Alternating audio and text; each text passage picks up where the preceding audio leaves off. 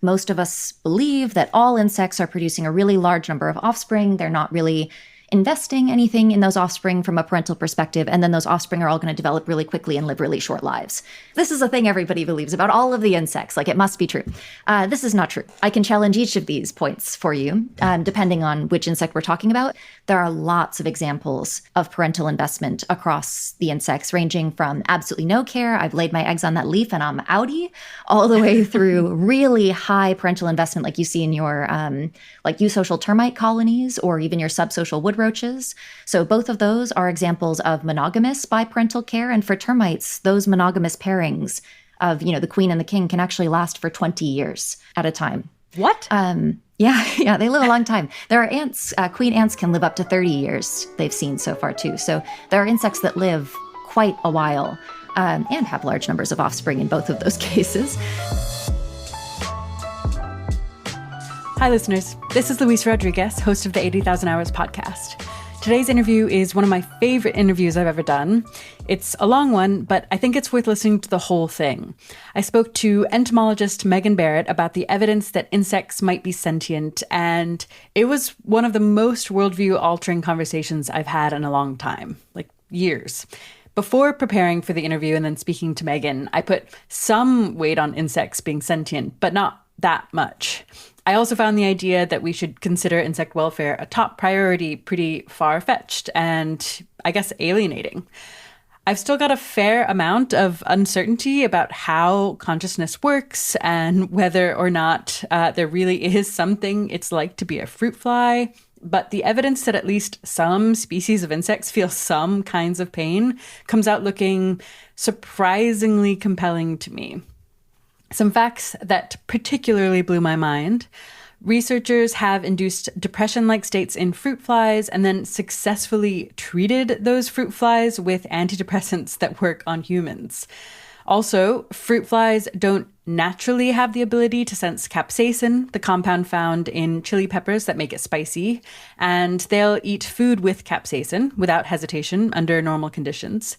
But if you edit the fruit fly's genes to be able to sense capsaicin as incredibly spicy in the same way humans do, and then only offer that fruit fly really spicy food to eat, it will starve to death before eating the food. And then on top of that, if you offer that fruit fly a painkiller like ibuprofen, it'll eat enough to not starve. Those are just a couple of examples, but the episode is full of other fascinating stuff. So without further ado, Meghan Barrett.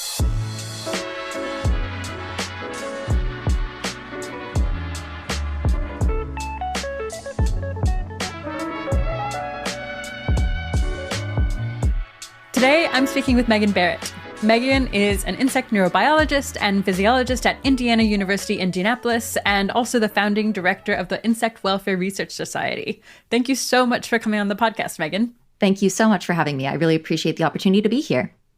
So I hope to talk about which insects might feel pain and how we would even know. But first, what is an insect? I have some sense that it's actually a huge group, but I don't know, I guess, much about their diversity or their behaviors. And maybe for some listeners, we should say that there's probably no getting around the need for some scientific terminology here. But if you bear with us, I think we're going to be using plain spoken language for basically all the rest of the interview after this. Yeah, so this is a great place to start. In fact, I think an essential place to start because there's so many misconceptions out there about what insects are. So I think beginning with that background knowledge is definitely best. So there's a lot of ways we can think about answering that question. Maybe the best place to start is with the evolutionary history of insects and other arthropods. So when you think about arthropods, that's your group of animals that are going to have that chitinous exoskeleton. And there's two major clades in the arthropods. There's the chelicerata and the mandibulata. So the chelicerata are your spiders, your scorpions, your mites, your horseshoe crabs. And then your mandibulata is everybody else. So that includes your myriapods. So that's your millipedes and your centipedes, your decapods like crabs and shrimp, and your hexapods, which contains the insects.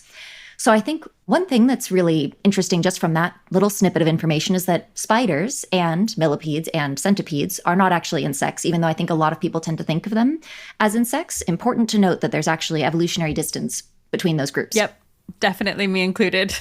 Yeah. So for me, when I'm talking about insects, I'm just talking about the hexapods that are also insects because there are also non-insect hexapods. Arthropod diversity is wild.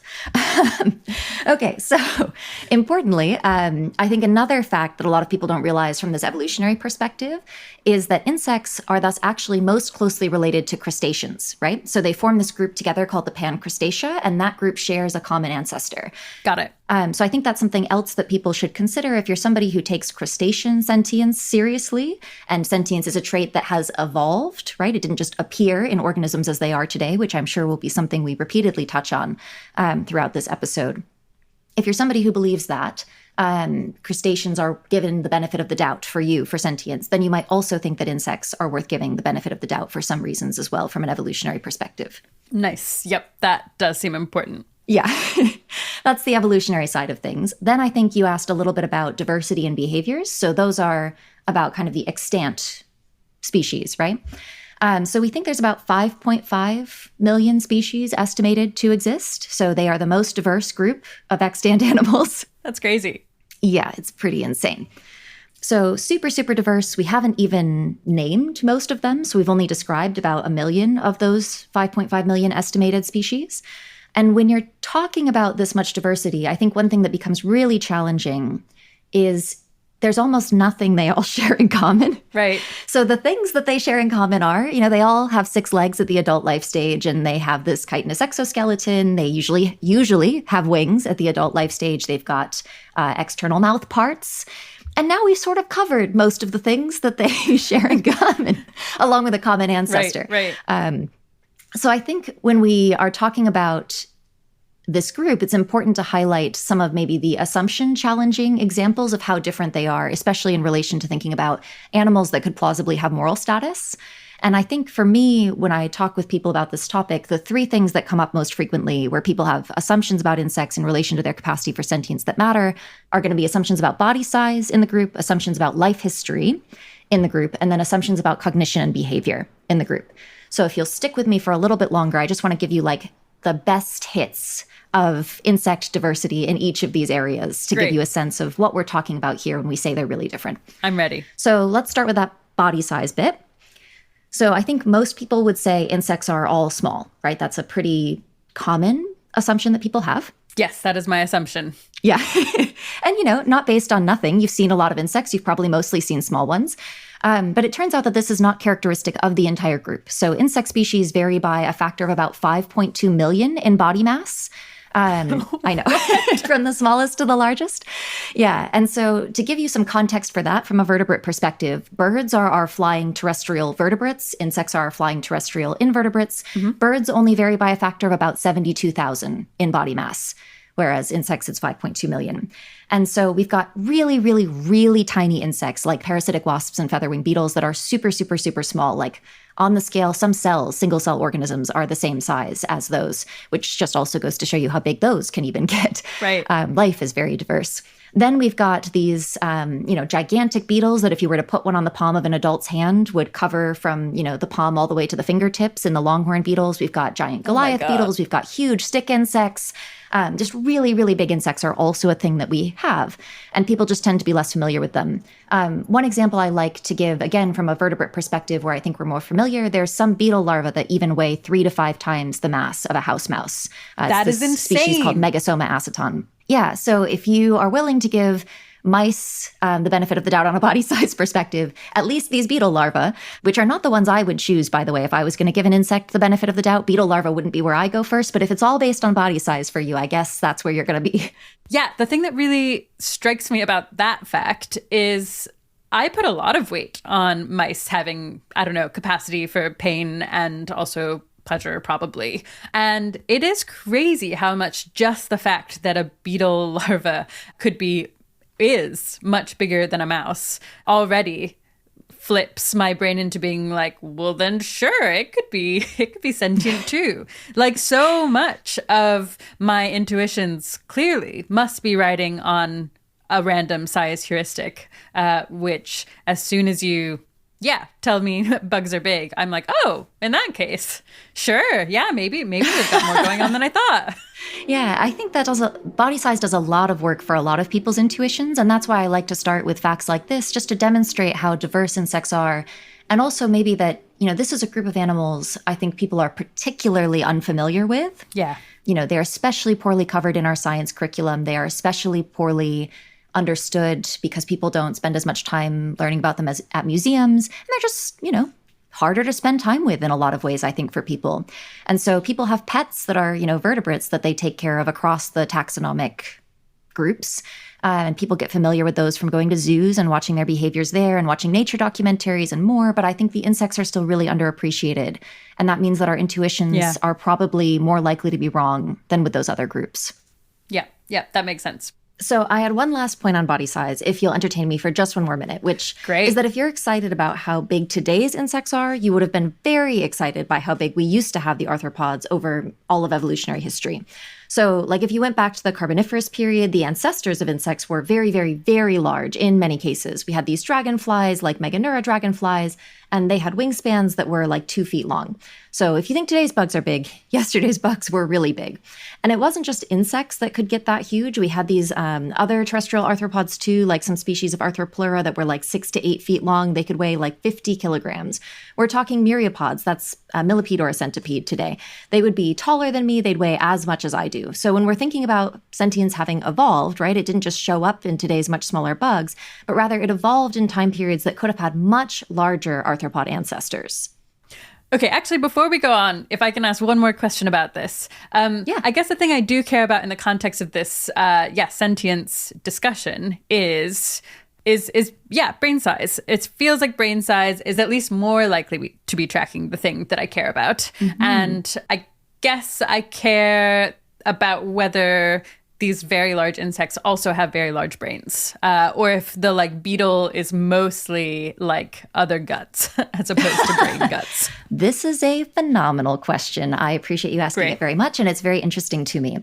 So I have a couple of points to make on the brain size piece of this. I guess the first thing I'll say is just that we should ask ourselves if more actually always means better or more sophisticated.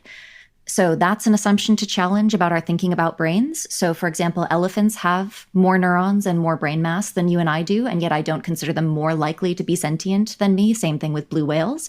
And that's because we know a lot of those additional neurons are because they're just bigger. And so they have more mass to control, right? They have more touch points they need to be able to integrate and things like that. So more doesn't always mean more sophisticated. It can often just mean more of the same repeat unit, right? That performs the same kind of function.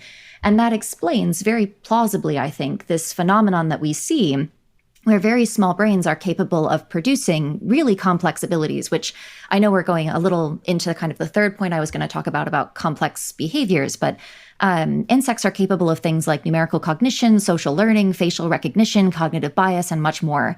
And so because of this behavioral data and this complexity that, we initially thought was just going to be something you find in vertebrates, and now we're seeing it in invertebrates with pretty small brains like honeybees, this suggests that maybe those bigger brains aren't actually better or more sophisticated. They just have more redundancies or repeating modules. And you could think of this as changing resolution or complexity of a capacity without changing the existence of that capacity itself, right? So imagine an image that has more pixels to it. It doesn't change the fact that there's still a picture, right? It just changes the resolution of that picture. Does that make some sense? And so, it makes perfect sense. So that's part one to this, is that first we should just challenge that basic assumption that bigger brains are necessarily better at producing a capacity at all. The next thing we need to think about is whether or not they're actually that small, right? Which is sort of what you were asking initially. So here again, I want to give some examples from vertebrates and invertebrates to challenge our intuition that vertebrates are always bigger than invertebrates. So let's first consider just the mammals, because I think we all feel really comfortable talking about mammal sentience. So the smallest mammal brain that we have studied so far weighs in at 64.4 milligrams. That's the Etruscan shrew. That is tiny. So shrews can get very small, very, very small. And the body mass of that shrew is about 2 grams or so, give or take. So we get some pretty small mammals out there. When we look at the largest insect brain we've studied to date, it's a solitary wasp, and it weighs in at 11.7 milligrams. So that's an insect with a body mass of about 0.5 grams, so a quarter the size of the shrew. Yeah. That makes that shrew's brain just 6 times about larger than the insect brain. That's a smaller difference than we see between humans and whales. So already, even if we're just considering the mammals, we see, yeah, relatively comparable brain masses. Now, that's just one level of looking at the brain. I want to also extend beyond just mammals now and consider other vertebrates you might take seriously, like your lizards, for say. So our smallest lizard brain that we've studied is the Algerian sand gecko. That weighs about, the brain itself weighs about 10.8 to 11.8 milligrams. So that is smaller than the wasp at 11.7. Yeah, wow. So already we're seeing, right, vertebrates close or comparable to the invertebrates, depending on whether you're talking about mammals or lizards. Yeah. And I would further complicate this by saying, as I just mentioned, we haven't studied the largest bodied insects yet for their brains. These wasps that we've studied are actually pretty small on the scale of all body sizes. Now, we don't expect insect brains to scale isometrically with body size. And what that means is that for every unit of body mass, you get the same amount of brain mass added each time. We get these trends in most taxa where kind of as you get bigger and bigger, the amount of additional brain mass you get sort of slows. Yeah. So we don't expect, to see huge numbers in those really, really large insects for brain mass. But I still think it's reasonable to say that it would be larger than 11.7 milligrams, which is the wasp brain that we know of so far. And that wasp brain is already comparable to vertebrates. So we know we're already in the same ballpark on mass.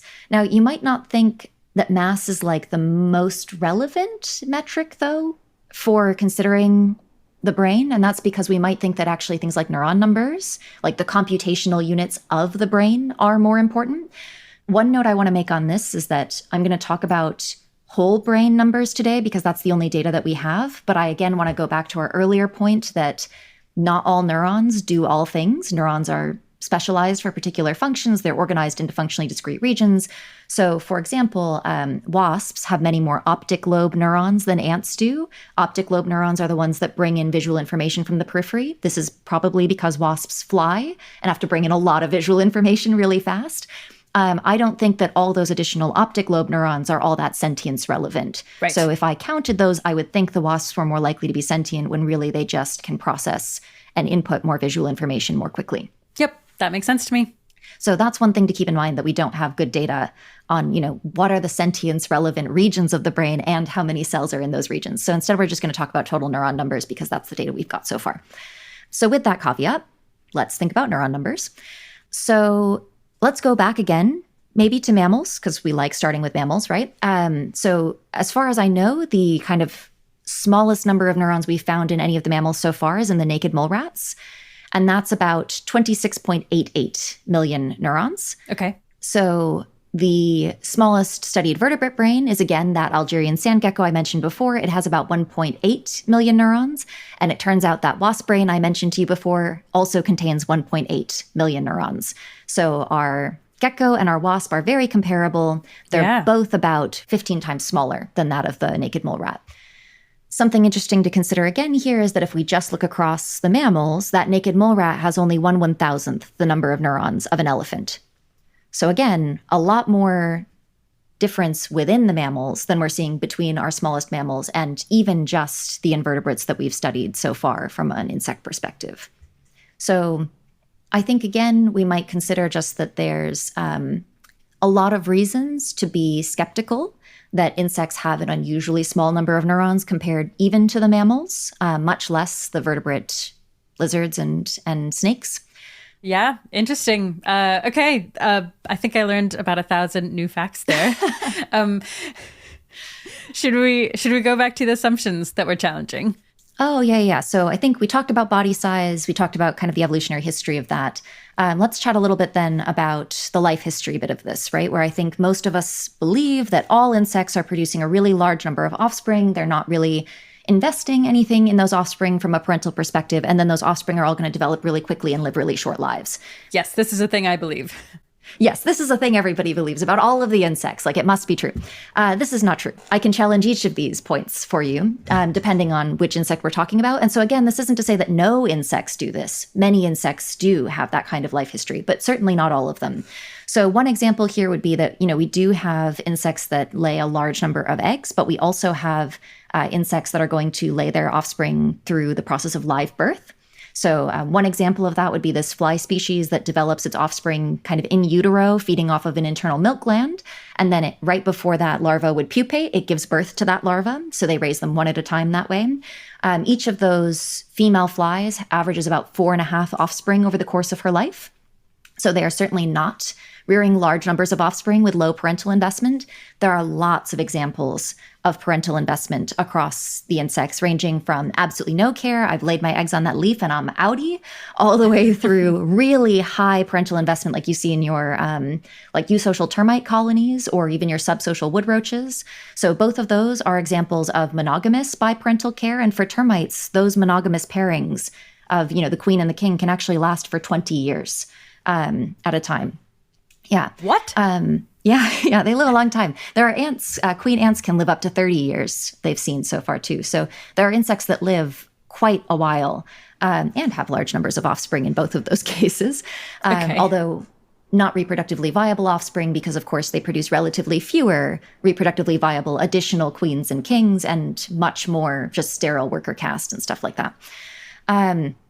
We don't just see this in the social insects, because I think we tend to give the social insects a lot more credit than the solitary ones. So I want to call out that the solitary ones also do some pretty cool stuff. You've got these male water bugs that will carry the eggs on their back to protect them from predation events and things like that. It actually has fitness consequences for those males to do that parental investment. And there's lots of examples for female earwigs and things like that as well. And then on that point of living very short lives, there's variation both in the developmental and the adult life stage in terms of lifespan.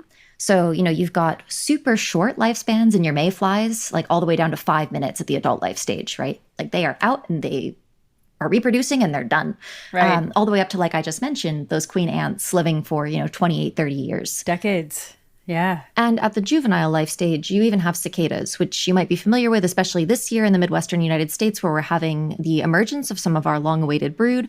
We know some species of cicadas, they'll live for about 17 years as juveniles prior to their emergence as adults. So variation is common in all of these different characteristics. Yeah, I am just getting this kind of increasing sense of I think of the mammalian and maybe throw snakes and lizards in there as well as this diverse natural wonderland with all of these different beautiful special creatures. And then I'm and there are 6 insects. There are butterflies, ants, ladybugs. You are not the only person who thinks that. And they're fine. They're definitely not nearly as beautiful and special and unique. I know. But you're sorry, Megan is making disappointed faces at me. But yes, you're successfully challenging this perception. If anything, I'm yeah, it sounds like they have kind of diversity along all of the same axes. And yeah, huge ranges. People are, really underestimating insect diversity. It's a classic problem. Every entomologist will tell you this is one of their major gripes, is that, people just don't know about how cool and diverse the insects actually are. And if this brings me to the last point of my spiel, right, our last assumption on cognition and behavior, we could do a whole podcast literally just on this. Insects' behaviors are so cool. I will not make you do a whole podcast on this with me, even though I kind of want to. So I'll just give you a couple of examples. Yeah, let's start with a couple. I know. So I already mentioned things like numerical abilities. So there's some work in honeybees that suggests they can do things like addition and subtraction. There's work on abstract concepts of same and different in wasps. There's work on individualized facial recognition of paper wasps of other members of their colony. We've seen some examples of play-like behavior in both fruit flies and bumblebees. We have things like social information transfer. We have rescue behaviors in ants and wound treatment behaviors of other members of the colony in ants. We have courtship rituals. They can involve things like dances and songs and touches and giving gifts to your partner to try and, encourage them to want to mate with you. We have tool use. So there's digging tools and blocking tools and sponging tools and acoustic baffles and crickets for increasing the sounds that they make to attract partners. There's self-medication when insects are sick. Like I said, I could just go on and on. Yep. There's a tremendous amount of diversity. And there's even some things that relate to specifically affective states. Right. So when you look in the biomedical research field, the fruit fly is a really common model organism. And we'll talk more about that, I'm sure, at length later, because it shows up over and over again in the research that people are doing on insect pain. But people use fruit flies as kind of model organisms for affective state disorders like anxiety and depression research.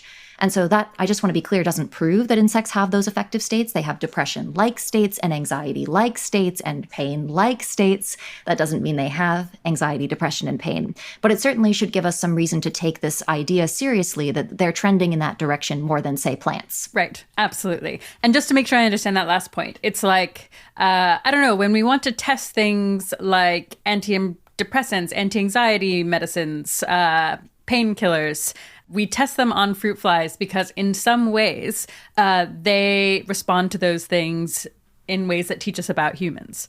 That's the idea, right? Yeah. So we're testing things first in what we think are these much simpler systems where we have, especially for the fruit fly, we have a lot of understanding of its circuitry, its neurobiological circuitry, the connections between different neurons.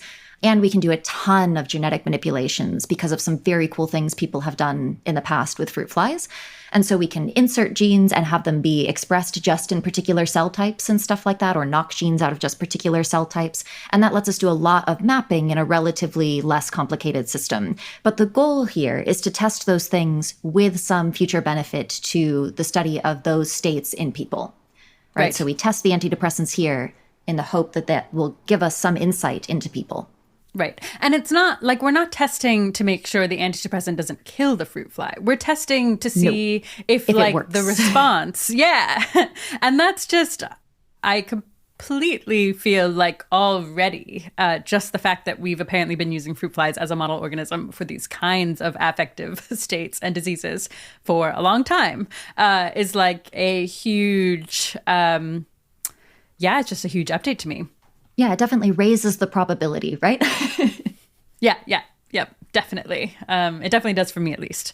Let's get into why insect suffering might be a particularly pressing problem. And I think, there are lots of dimensions here. So maybe we can start with the scale of the problem.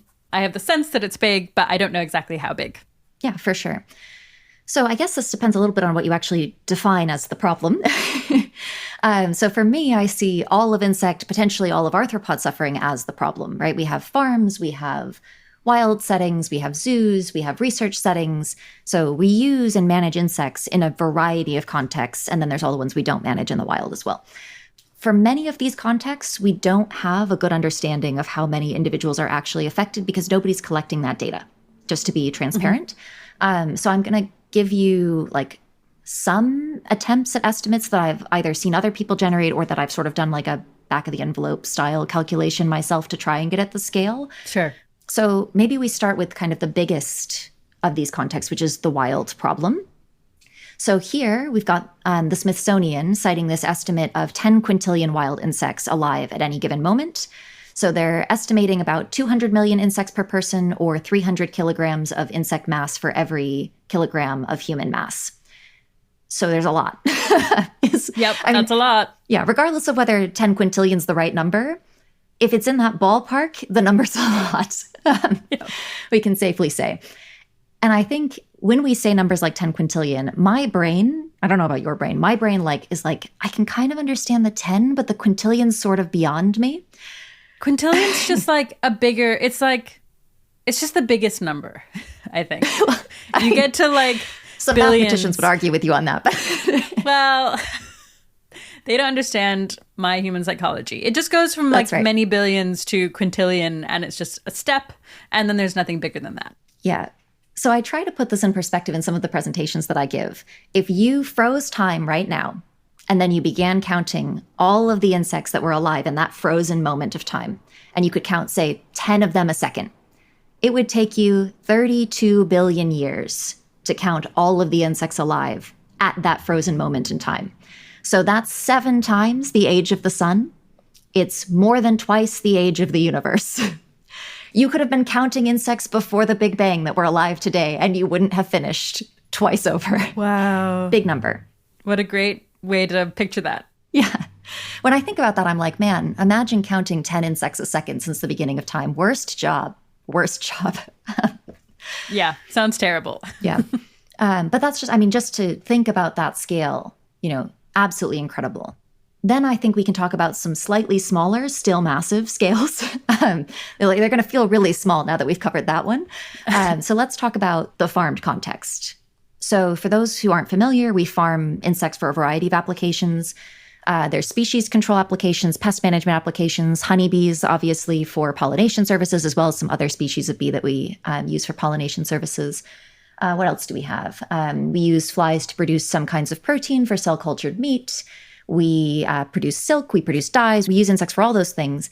And we use insects in this relatively new industry, at least in the West, the insects as food and feed industry. So this is where we are either breeding insects directly to consume them ourselves, hence food, or we're breeding them to feed to other livestock animals, traditional vertebrate livestock animals like fish and chickens and pigs. And in that case, then we're talking about them as feed.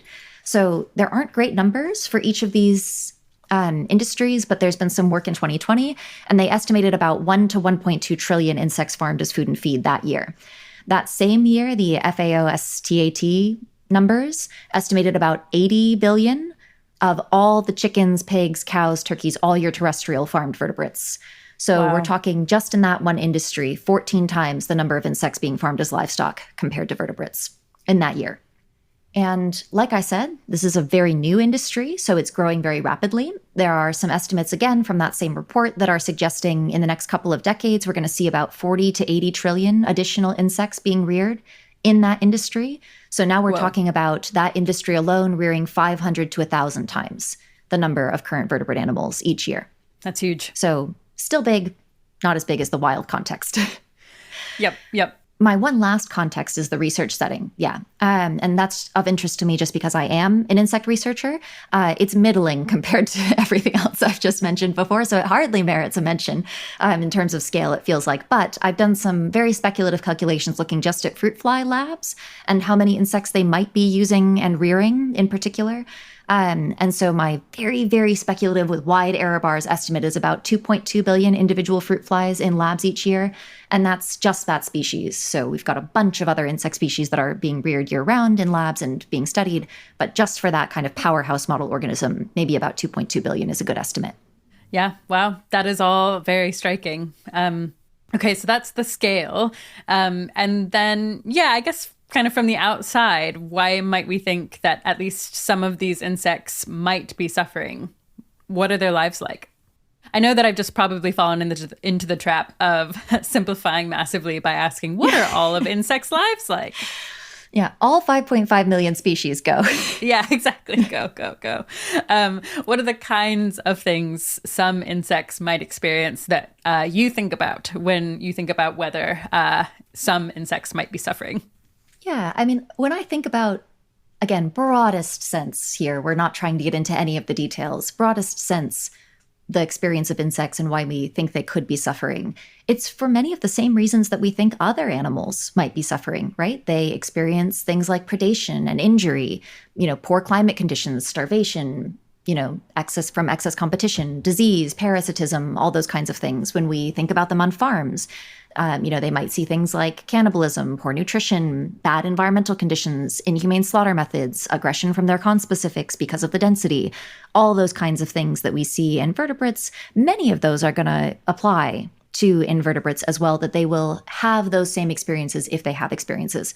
And given that we tend to associate these experiences with negative fitness consequences for vertebrate animals, and they also tend to have negative fitness consequences for the invertebrate animals, we might expect there to be some reason to think that these events could also cause them to suffer if they have the right neurobiology to produce those kinds of experiences. And, as I'm sure we'll talk more about later, when we start to look into the actual physiological responses of insects to these events and the behavioral responses of insects to these events, we often see somewhat similar responses in some cases. And that, again, might also give us some reason to think we should be cautious about their potential for suffering in response to these kinds of negative events. And I also want to note that, like you were saying, insect diversity is tremendous, and the kinds of contexts in which we find insects are tremendously diverse as well. And so a lot of suffering is context dependent. Right. There could be insects out there that are living very nice lives and insects out there that are living very, very not nice lives. And that can even be the same species in the same area, just separated by time. There's a post that I wrote on the spongy moth and outbreaks of invasive spongy moths that you can read. It's just meant to be sort of like a case study in an example of why insect lives might not always be great and why they sometimes can be great. And we find in the first kind of year of an outbreak, there's much less competition, food is more abundant, predators are lower, disease is typically lower. Many of those insects might have a pretty decent time of it. I can't say for sure. I haven't asked them. But from the outside, looking at the literature on the topic, I would say it looks like if there was going to be a nice year to be an insect in an outbreak, it would be year 1. And by the time you get to years 2 and year 3, resource competition is super intense. Diseases are very widespread. These are diseases that liquefy the internal organs and tissues of the animal slowly over a week. Often they're being treated with pesticides and anthropogenically managed. Predators are more abundant because their populations have increased over the period of time that the, outbreak has occurred. For all of these reasons, it may be really not nice to be an insect in outbreak year 2 or 3 for these cyclical spongy moth outbreaks. So I think that's a good example of how same insect species, same area, but separated over time can experience very different conditions and potentially very different suffering. Yes, those are the kinds of things that seem really bad. And because there are actual fitness reasons for insects to at least potentially develop the kinds of capacities that would allow insects to avoid things that hurt them, that is some reason to think, at least from the outside looking in, that they might have the capacity for suffering. Are there any reasons to think, kind of again from the outside looking in, that they don't have these capacities? Oh, yeah, absolutely. I think there's some intuitive feeling reasons to be skeptical that have led people to be rightfully skeptical in the past. So one of those would be, I think, the exoskeleton. So when we are having emotional states, or when other mammals are having emotional states, because we have this flexible outer surface, we grimace, right? And our face moves. And so we're able to do more than just move individual body parts in relation to each other. We're also able to make expressions. Insects are locked in on an expression. It is whatever their exoskeleton's shape is after they have stopped growing. And so it isn't really possible for them to do anything other than just move body parts in relation to one another to express any kind of affective state. I think that makes it really challenging for us. At least for me, I know when I look at my cat and my cat has been scared, I see it in the face, right? And I know that's, we can talk about anthropomorphism and stuff like that, but I am talking about intuitions right now and where they lead us. We can intuit things from mammals because we see things like ourselves in them. Because of the phylogenetic distance, the morphological distance, the physiological distance, the behavioral distance between us and insects, we are lacking a lot of those cues. And some of those are just not overcomeable, like that exoskeleton problem. I also think one thing that has been a real red herring in the conversation about insect pain, even though I understand why people put so much focus on it, is their weird responses to grievous injury. So there's all this literature going back to the early 20th century of entomologists, there's pictures even of entomologists cutting the abdomen off of an ant, and the ant continues to consume, food that's in front of it. Or, somebody cuts the leg off of a praying mantis and the mantis continues to mate. Or stabs a hole in a locust and the locust starts to eat its own guts. And people are like, well, this is pretty compelling evidence that group of animals doesn't feel pain. And fair, intuitive, in some ways intuitive. In some ways, actually, when you start to think about it, maybe not as intuitive, because we have some examples of weird things people have done, like cut their own arms off to escape starving to death in the middle of, the mountains. So if I observed that as an alien scientist, I might find, without that full understanding of the species' context-dependent motivations, to be a very confusing example. Yeah, but to be fair, without hearing whatever counter argument you're about to make, I do find that relatively intuitively I don't know, compelling. Oh, yeah. Same. I mean, I definitely found that very compelling. And I think literally a century of people have found that very compelling. So there's reason to be finding that evidence compelling. I think there's the context dependency part of it that people have written a lot about why this might actually be slightly less compelling. A second thing is that there are pieces of evidence of insects actually responding, it appears, to grievous injuries in other contexts. That provides some strength to the idea that this is a context-dependent phenomenon. Right. Could be, right? I'm not saying it is, but could be a context-dependent phenomenon for insects. I think also, some other interesting point here is that grievous injury pain isn't the only kind of pain that we can experience. So, if I put some hydrochloric acid on my skin, that's going to cause me pain. You could still potentially say, you might want to say that still, it's not a mechanical injury, it's a chemical injury, but you still might say it's an injury. Okay, what about thermal pain? Like when I touch something hot, that does not cause like a break in my skin if it's a small surface injury, and yet it still causes me pain. So there are shock-based pains, there are heat-based pains, there are chemical pains. We know there are many kinds. And if we focus on just one of those kinds, we miss the complete picture of what might have been evolutionarily relevant to the animal. Right. When we look at how insects respond to heat and shocks, their responses are much more similar to the vertebrates than when we look at their responses to things like mechanical injury. And so I think that's also something worth taking seriously, that, that is an incomplete view of the picture of this animal. Totally. I guess I have two reactions. On the one hand, I'm like, yeah, but it's still pretty weird that you would cut the abdomen off an ant and it would keep eating. On the other hand, I don't know, there are weird things about humans, like it seems like at least some people, when they have really extreme life-threatening injuries, don't actually feel any pain. So there are just weird things that happen. And it's, a bit, I don't know, maybe it's just all a bit fuzzier than we think it is when we're sitting in our armchair. It's complicated. Yeah. Yep.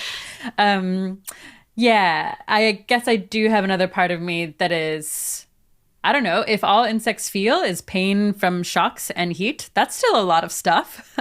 That makes me want insects not to feel pain from shocks and heat, even if cutting them in half turns out not to be the really, really painful thing for them. Quite so bad. I feel, I just find that really interesting and compelling.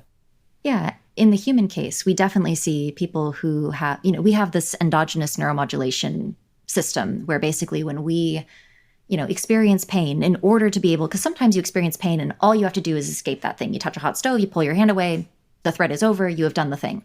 Other times it's I need to be able to modulate my response to this negative situation so that I can do something else besides be in pain. You can think of that hiker who, had to, or rock climber who had to cut his own arm off. There was a lot of endogenous neuromodulation happening there, where he was able to overcome his pain response because he had to in order to survive, right? His own nervous system produced chemicals that helped him overcome that pain response such that he could act on this other motivation that was more important.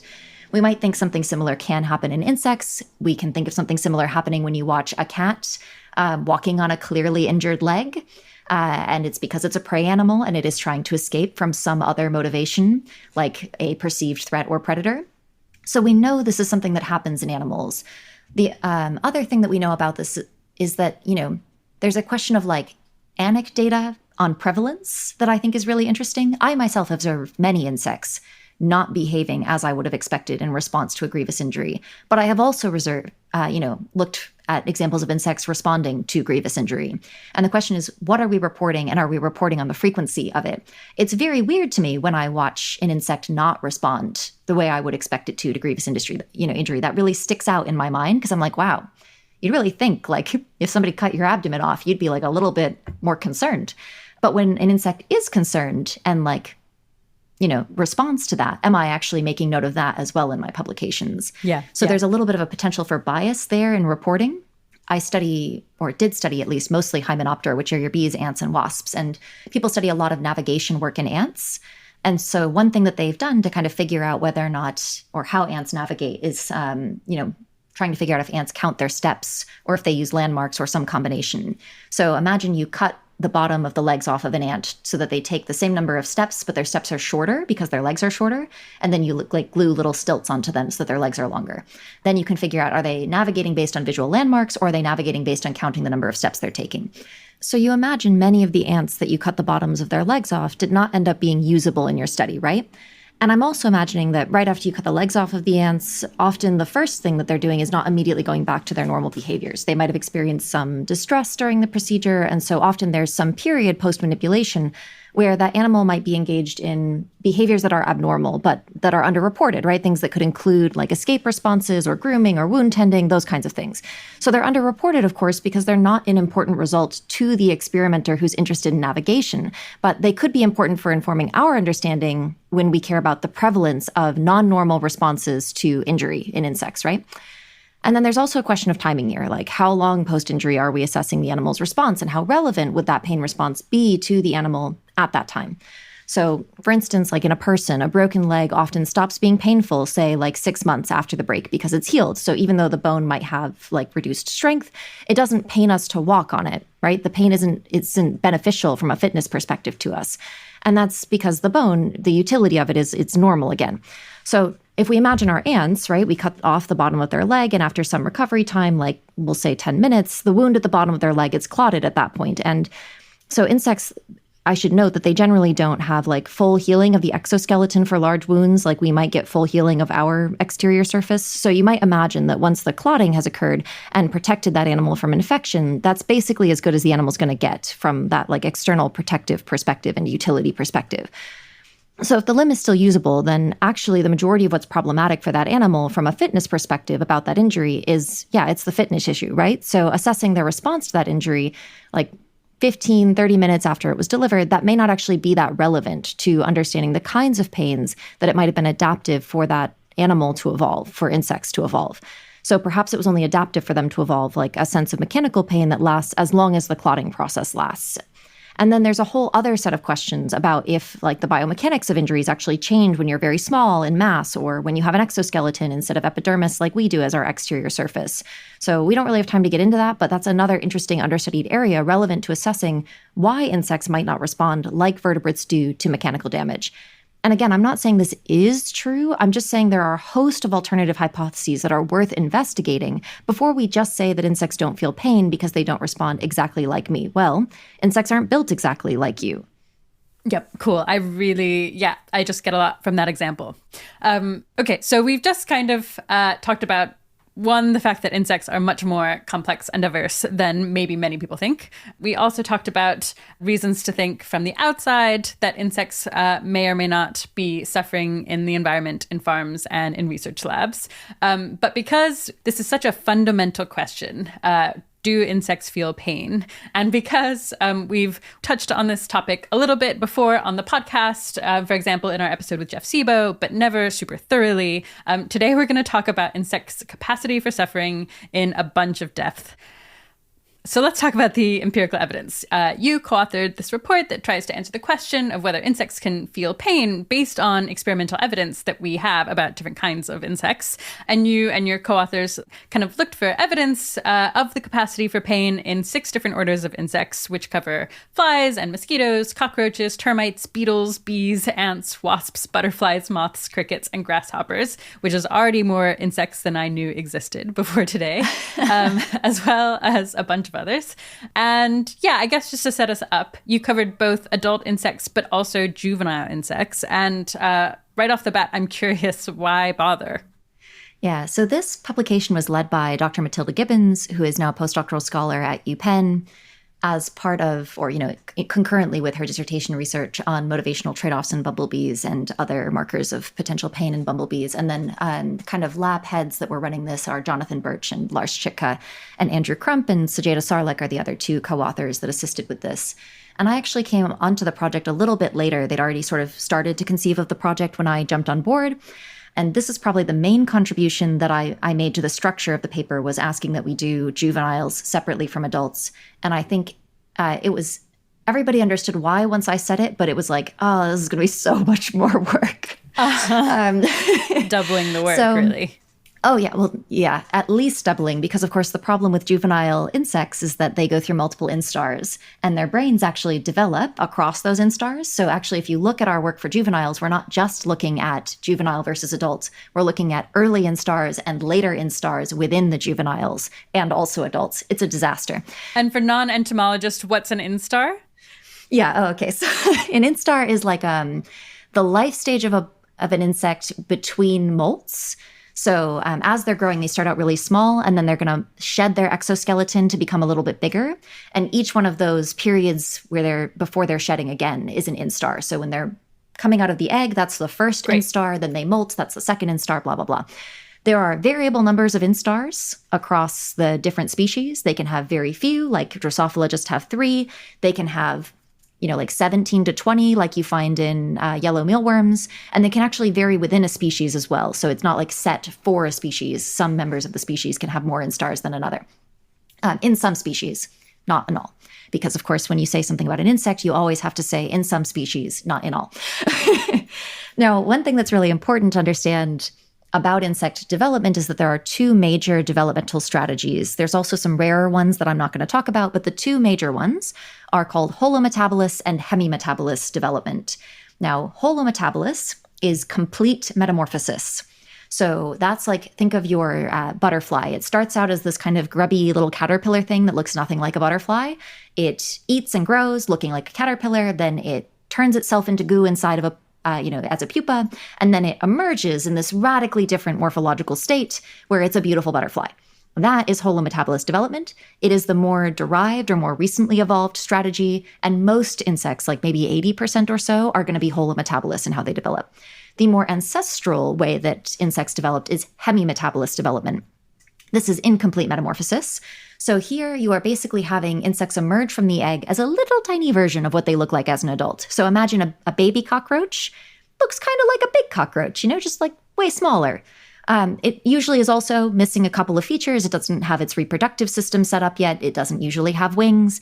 But it starts out like a little tiny cockroach, and it just becomes a bigger one until that final terminal molt where it becomes a reproductively viable adult with wings, typically. Mm-hmm. So those are our 2 strategies. And what's important is that it's not just things like the reproductive system or the external morphology that changes over this period of time. The nervous system changes substantially over time based on these 2 different strategies. So in our, ones that go from being a larval grub-like form to an adult, during pupation, there is an absolutely radical transformation of the nervous system. And it's going to differ depending on the species exactly how radical it is, but it's like always very extreme. When we look at our hemimetabolous insects, their brains actually have the same functionally discrete regions from the first instar all the way to adulthood, and they just kind of get bigger and bigger and more complex. But they have all the same kind of general organization and plans from the jump. So this is a really important difference when we consider the fact that sensory integration in the brain and having those functionally discrete regions that are associated with sensory integration is an important kind of one of the pieces of evidence for whether or not a group of animals might be sentient. And so that's why we wanted to trace juveniles independently from adults. Their nervous systems are very different. Their behaviors are also very different. Yep, that makes complete sense. I wonder if there's also just, I have this intuition from human lifespans, I think, that juvenileness is such a tiny fraction of I don't know, the number of humans alive, because it's such a short part of our lifespan, that if I were going to think about whether humans feel pain as a researcher, I'd focus on adults, because that's just most of the question or something. And I guess it's possible, but I don't know, and you will know. Yeah, what kind of fraction of the insects alive at any given one time are juveniles? I can imagine it being a bigger percent depending on lifespan. I'm so flattered you think I would know that. Yeah, I mean, to be fair, yes. As I was asking, I was like, actually, this is maybe an incredibly hard question. I think that's a very complicated question. Again, very flattered that you think I would know that off the top of my head. I think there's so many factors that go into that. I do think where this comes to be most relevant to me is in the farming context. Because that's the one where I actually do have information. In the wild, I mean, that question is not possible for me to answer right now. Right. But on farms, the 2 species that are primarily reared that are holometabolous are the black soldier fly and the yellow mealworm. And they actually typically harvest those animals in the juvenile life stage. So they spend all of their life prior to slaughter as juveniles. A subset of them are retained to kind of continue the colony cycle and be breeders. But the vast majority of them going through that process are slaughtered as juveniles. For crickets, we actually do often see many crickets reaching all the way to adulthood, but they often can be slaughtered very early in adulthood as well.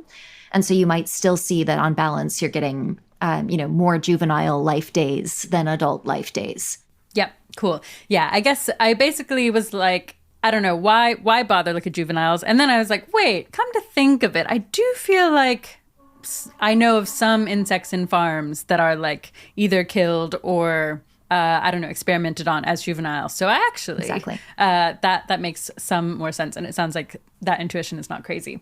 Okay, let's talk about kind of how you looked for evidence of pain. So in the report, you and your co-authors look at, 8 broad criteria that, if met, at least suggest that a given animal might be able to feel pain. And we'll come back to what each of these criteria are specifically. But to start, why these 8 criteria?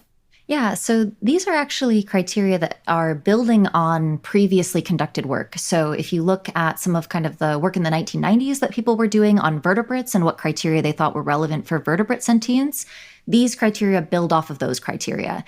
And really what I would say is one of the major differences that this team that created this invertebrate sentience framework, Jonathan Birch's team, with Andrew Crump as the lead author on that publication in their report for the UK government and the follow-up publication. These 8 criteria in that framework that they chose are sort of expanded versions of the previously used vertebrate pieces of evidence. So I'll give one example of that.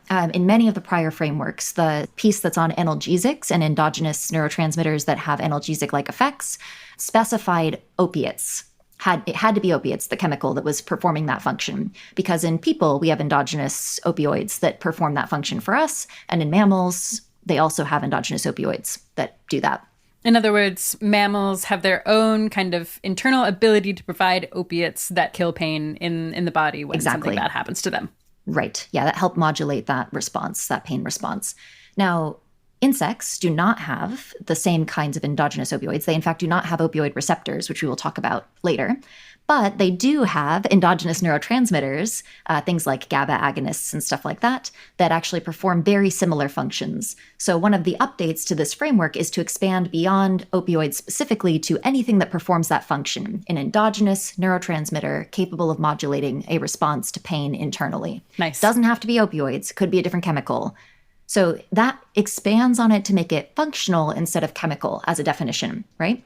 Mm-hmm. So this framework is actually rooted very much in the history of how we've thought about gathering evidence for sentience in other groups of animals like vertebrates. It's just expanding things to be more inclusive and focused on functions rather than focused on specific nervous system features. And I think this can be really important to actually do, to focus on function where we can, because we've seen multiple times in the history of animal sentience where we've focused on the wrong thing. So like we would focus on the specific region of a mammal brain and then say, well, birds couldn't possibly be sentient because they don't have that region. And then it turns out birds just have a different region that does the same function. And we're like, oh, well, that was a mistake. So focusing on the function instead of the named region or the named chemical, because we know that these kinds of things are multiply realizable, is really important. Cool. That makes sense. And also, if I understood correctly, you and your co-authors didn't look for other negative emotional states like fear or hunger or coldness or loneliness or boredom, which I can understand from like a limiting scope perspective. Is that the only reason? Was it kind of to make it more manageable? Some of it was to make it more manageable. That's also why we only picked these 6 orders as well. There are other orders of insects, not just these 6, many, many others. Sure. But we were trying to pick the ones that are the best studied as a way to, kind of limit the scope of our review, because I think we already included over 350 studies in this paper. Yeah, it was an extensive review of the literature. So imagine if we'd also included other kinds of states beyond just potential for pain. The other thing I would say is that pain is super morally relevant. Yes, absolutely. It does seem like pain is probably very, very relevant to who is a moral patient. Yeah, okay, so then zooming out, how much do we even know about how pain works? Because that also feels really important to me. Are we like we know how pain works and we're just trying to find those types of systems in these insect groups? Or are we like, we don't know what's going on, but we're making some guesses? Yeah, I mean, it's somewhere in the middle, right? Because I think it depends on the context of pain and what kind of pain you're talking about, and whether you're talking just about sort of like basic nociception linked pain. So like I touch a hot stove type pain, or if you're talking about things like chronic pain, where we have, much more difficult understanding of those, problems than we do of things like I've touched a hot stove that are a little more basic. I don't claim to be a human pain researcher. It is a huge field with tremendous amounts of research ongoing. I would say if we had solved the problems with pain and we knew exactly how it worked, we might not have so many difficulties treating it. So I would say we know some things, but there's a lot left to discover about how pain works, even in humans. When we move to any non-human animal, we face the problem where there's no ability to self-report the subjective state of the being. So what we end up looking for are objective proxies of the subjective state, and then trying to figure out how many of, first, what should those proxies be? And then kind of, as we build the case, what's a sufficient level of evidence that we feel confident in saying this is probably a sentient organism, and therefore we should give it some kind of, moral status, and we should treat it accordingly. Cool. Yeah, that makes sense. Okay, let's dive in and try to understand a few of these criteria one at a time. Though we're actually going to focus on a subset, which is a criteria that you in particular are more of an expert on. So the first is, does the given insect have nociceptors? So actually, just to start, can you remind us what nociceptors are? Yeah, so nociceptors are these specialized cells of our nervous system that are responsible for detecting any kind of noxious stimuli in our environment, and then kind of helping communicate to the rest of our nervous system that we should probably respond to that noxious stimuli. So these are typically kind of these cells that have free nerve endings that are right under our epidermis, or for insects, they're kind of like right under the cuticle layer in their epidermis. They also have free nerve endings for insects as well in their morphology. And those free nerve endings are so that they kind of have a broad profile. They're reaching out along the surface to kind of a large area for a nerve cell, a large area, to detect anything that happens in that area, and then send a signal to the rest of the nervous system accordingly. Okay, and do all the insects you looked at have nociceptors? So this is a very challenging question. And so there's two parts to this. The first is that the nociceptor itself is that specialized cell that I mentioned. One way you can look for nociceptors is to look for, in the genes of an animal, nociceptive ion channels. So these are specific proteins embedded in the membrane of that cell that respond specifically to specific noxious stimuli. So we've got ones that respond to heat, and ones that respond to chemicals, and ones that respond to mechanical stress and things like that. Yep. So we have done very, very little work on the insect peripheral nervous system looking for nociceptors. We've looked in some species of caterpillar larvae. Drosophila melanogaster larvae are the two species that we have characterized nociceptor-like cells that appear to be functionally nociceptors in their epidermis. We just haven't looked in the rest, like there's 5.5 million of them. We've got a lot to do. So I can't tell you definitively that they do have those cells, but I will tell you two other key pieces of information. We've done some searching on nociceptive ion channels in the genes of genomes of insects. And these genes are probably a pretty good indicator of a likelihood of having nociceptors in the periphery. So my lab was recently funded by Rethink Priorities to conduct a suite of projects related to insect sentience and welfare empirical projects. And one of those is a paper that recently came out from my research group with support from a fantastic set of colleagues, Jay Goldberg and Keating Godfrey. Basically, we were interested in mantids specifically because mantids have served as a source of debate because of their cannibalistic mating behaviors, whether or not they're capable of nociception. And this is an old argument from this paper from the 1980s that we were interested in addressing. And so we did a mantid genome and then looked in that genome for a couple of different nociceptors. So we looked at a couple of what are called TRP channels, which are these nociceptors that are actually homologous to mammalian nociceptors. So very similar genetically is what that means. So we looked at thermal, mechanical, and chemical nociceptors, both TRP channels, and we also looked at some ion channels that have a role in cold nociception as well. So we found that many insects, broadly distributed, appear to have at least one copy of most of these genes. There are kind of missing nociceptive ion channels scattered about the insects, the decapods, the arthropods generally, but none of them showed up as all zeros. So like, for example, of the 7 that we are publishing on, Tenaderis sinensis, which is the mantid species we studied, is only missing 1 of them. And then it has up to 5 copies of 2 of the other ones. Now, these additional copies can actually potentially perform different functions. You have to do functional analysis to follow up on this genetic evidence, just to be clear. But this is suggestive of these ion channels being in these species, and thus them having nociceptors. So I think what I would say is pretty clear is that these homologous, very ancestral nociceptive ion channels are broadly distributed across the insects. The ones that we've looked at have those ion channels in functional nociceptors. And because the nervous system biology on a very basic level is very similar across the insects, it is reasonable to expect that you would find that type of cell in other orders of insects besides just the 2 that we have officially confirmed that they have them. Okay, so it sounds like there is imperfect but reasonably strong evidence that at least some and probably many insects have nociceptors. Yes. So that fundamentally is what nociception is. And in some studies of insects, we have found both genetic and functional evidence that these channels exist, that these kind of noxious stimuli notification systems exist. Yes. Yeah, genetic, functional, and in some cases even we know that they're embedded in those morphologically nociceptor-like nerve cells, right? So we know they functionally work, which we're able to confirm actually sometimes outside of the animal. Like we can take that gene, embed it in another system, and then test whether it works there, cool. In other cells. So we have genetic evidence, we have functional evidence, and we have evidence specifically in things like Drosophila fruit fly larvae, that it's in those free nerve-ending multidendritic neurons. Cool. And I'm finding it tempting to just be like, okay, cool. Well, that's evidence that these insects feel pain. But why are nociceptors alone not sufficient evidence for the ability to feel pain?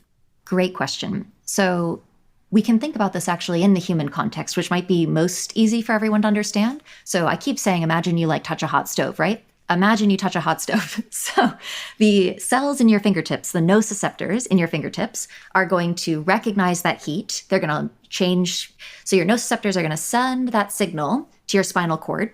And your spinal cord wants to make this you pulling away happen as fast as possible. So it sends a signal back down to your motor neurons. And your motor neurons can pull your hand away in a reflex response before you even feel the pain, right? So most of us know that we can jerk our hand away from a hot stove before we actually feel anything at all. And we're interested in that feeling, right? We're interested in pain, not that nociceptive reflex response that your spinal cord is capable of mediating entirely without any experience of pain at all. Now, at the same time, your spinal cord is sending a signal up to your brain to be like, go get the burn gel, right? This hurts. But because we know those are 2 different things, the nociceptive reflex response and the feeling of pain itself in the brain, we have to be very careful if we think that just the peripheral nervous system evidence is enough. We should really be looking for the integration of that information at a higher level in the nervous system, not just at the periphery. Yeah. Okay. This feels like it's really making a lot of things click for me. So it could just be a reflex, and it's possible that some organisms are avoiding noxious stimuli just by having these reflexes. But some organisms decide to process the actual feeling of pain. They don't decide, unfortunately. Yeah, sure. Just happens. They have evolved to be able to process. Yep. Thank you. They do process things as pain, and that has benefits. It also has costs. But the benefits are things like, I can know to go get the burn gel. So to the extent that a reflex is good enough to avoid most of the noxious stimuli, and evolution has allowed insects to thrive without actually having that specific experience of pain, maybe it's all just reflexes. But to the extent that evolution pushed insects toward having the pain response, which might allow other fitness benefits, then we would expect them to feel pain. And so I guess that's where a bunch of the other criteria come in. They'll point at whether there's this more complicated pain experience going on.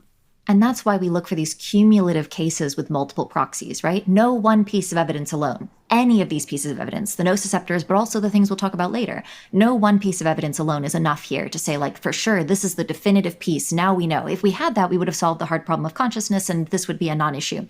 So anybody who finds that evidence, phenomenal job. But we're not there yet. Nobel Prize. So instead, Yep. Right, exactly.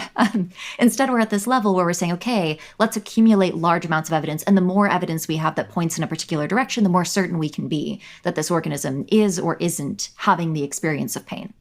Great. Okay, so a related thing is integrated nociception. What exactly is that?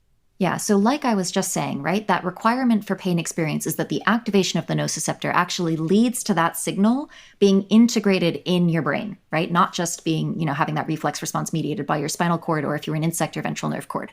So what that means is that we both need to look for evidence of sensory integration in the brain. So the animal needs to have some kind of sensory integrative regions dedicated for that kind of function in its brain.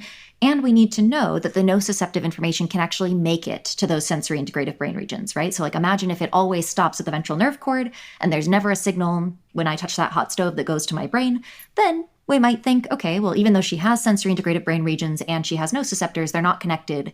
So maybe this is a non-issue. So integrated nociception is about both of those things being true. Great, that makes sense. And to what extent do we find evidence of integrated nociception in the insects that you looked at? Yeah, and so again, this is another case of imperfect evidence, which you're going to hear me say over and over again, especially for the juveniles. Oh my goodness, we do not study juvenile insects enough at all. On the one hand, we have a ton of great data on sensory integration writ large in insects. So we have studied a lot of sensory integration from the visual perspective and the olfactory perspective, particularly in insects. And so the sensory integrative brain regions that are most important for insects are the mushroom bodies and the central complex and the lateral horn. So the mushroom bodies are this region of the brain that are associated with things like learning and memory and obviously sensory integration. And for a long time, like since the 19th century, they've been considered sort of the seat of insect intelligence, if you will. Allow me to use that term, very air quotes. And we see mushroom bodies present in all insects, except this one group that nobody knows about, so I won't bother going into details, but one group doesn't have them. Saying that they all have them is about as close as we can get to a unifying feature, because then they all vary in structure and volume and the types and numbers of cells that they have and the connections that those cells make with other cells in the brain. So they're super variable, but they're a common feature of insect neurobiology. Another site is that central complex I mentioned. So this is a region of neuropils in the middle of the brain. So the mushroom bodies are located kind of at the top, and then the central complex is located in the middle. And this is primarily responsible for sensory integration associated with things like spatial navigation or controlling locomotion, although it's also been shown to have roles in things like the perception of noxious stimuli, which I'll talk about in a minute, and even some memory functions. So basically, we know those two regions and a little bit the lateral horn, although it's much less talked about, are responsible for sensory integration of a variety of senses. So then we get to the question of, okay, they have the integration center, they have the nociceptors, do they have connections between them? And that's where things start to fall apart from an evidentiary perspective, because we just haven't looked for that complete pathway in most groups of insects. Got it. The two groups that people have looked at, I would say, are the Blatodia, which is your cockroaches and termites, and then your Diptera, which are your flies. And I want to note that these two groups are not closely related. So we should think about the development of this characteristic evolutionarily. If we saw two really closely related orders that had it, then we might be like, well, maybe it just evolved in like that one little clade, right? But our Blatodia, our cockroaches, are actually hemimetabolists, like I mentioned earlier, that incomplete metamorphosis strategy. Yeah. And our flies are holometabolists. So they're on the other side of that big evolutionary divide. So this suggests that this actually could be a pretty ancestral feature of nervous system organization. And indeed, we might almost expect that because we know that every other sensory system seems to make it to those sensory integrative brain regions. It would be weird if the only one that didn't make it from the periphery is nociception, but I can't definitively map it for you in all of these insects. And so that's why we have no research found for a lot of the orders in the paper. But if you were to put money on it, it sounds like you would put money on probably them having it. I am extremely risk averse, and I would probably bet on the vast majority of orders having this at the adult life stage. Much less confident at the juvenile life stage, but because we see a lot of structural conservation of basic nervous system features, and because we see so many other sensory systems going through the ventral nerve cord and making it to those sensory integrative brain regions, and because we see that insects are able to do learning and memory across orders using noxious stimuli information, which suggests that it's making it to the brain from a behavioral perspective, all of that makes me feel reasonably confident that all we haven't done is map it. Got it. So I would probably, if I even though I'm not a betting kind, to be perfectly honest. I'm super risk averse, people would tell you. I would probably place some money on this being a pretty broadly distributed feature of insect nervous system organization. I wanted to give just like one specific example of when we have actually mapped it and what that sort of looks like to us, Okay. Just to get a little bit more into the exact neurobiology of insects. So you can imagine that insects have, they have a neck basically that attaches their body to their head. And so they have an ascending nervous system pathway that's going from the body to the brain. And then they have a descending nervous system pathway from the brain to the body. And we have this too. And it's important to have both of these because that's how information gets to the brain and then how the brain controls like your motor function and stuff like that in a goal-directed manner is through your descending nervous system. So what we can do, for example, and has been done in the cockroach, is we can actually take readings from the ascending nervous system and say, are certain signals, like is that system being activated as we apply certain signals to parts of the body? And we can do the same on the descending side if we choose to. So, for example, this one really great study by Emmanuel and Libersot in 2019, they basically applied tactile stimuli, so like non-noxious tactile stimuli, so just like touching a bug, but it's not painful or expected to be painful, and then noxious heat stimuli to the abdomens of these cockroaches. And then what they found is that recording that neck connective, the ascending activity, is that it shows a really weak response to that touch stimuli, but a very strong, persistent response to that noxious heat stimuli. So we know that that stimuli is sending some kind of signal to the brain, and the signal is different from just being touched in an innocuous way. So that's really relevant, I think, data. The other thing that's really interesting about the research that they did is that they actually, so there's some research that shows that headless insects, just like headless animals of the vertebrate kind, can actually sometimes perform reflexive responses to noxious stimuli. So what they did was cut the heads off of these insects and see if they responded in the same way to the noxious stimuli as when they were fully intact. Cool. And they found as soon as you either cut that, well, yeah, cool. If you're not I know, the cockroach, sorry. cool. As soon as I said it, I was like, oh, grim. Yeah. Cool if you're not the cockroach, that's for sure. Really interesting scientifically, we can say that. And definitely a good study design, we can also say that. So the headless cockroaches were unable to mount a full escape response to the noxious stimuli. They could only do this kind of startle reflex that the, ventral nerve cord type nervous system is capable of doing on its own. So clearly something important is happening in the brains of these cockroaches to exert descending control over their behaviors in response to this noxious heat stimuli. And this should, again, just be taken as some evidence that these signals are making it to the brain and that it's important that they make it to the brain for the fitness of the animal. Fascinating. Cool. Another 1,000 facts in the last half hour. Another criterion is response to analgesia, which is a compound that relieves pain. So researchers have done experiments where insects are given anesthetics or analgesics like opioids, drugs that reduce anxiety, and even antidepressants. And we've also looked at whether insects have kind of internal or endogenous kind of compounds that have potentially pain relieving effects in that they change an insect's behavior in the same way they might in a mammal. So what do we know from these kinds of studies? Did most insects seem to respond to analgesics?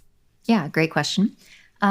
So this story is particularly fascinating to me because if you read this old paper from the 1980s on insect pain, one of the things that it says is, insects respond to opioids, but here's why we shouldn't take that as strong evidence for insect pain.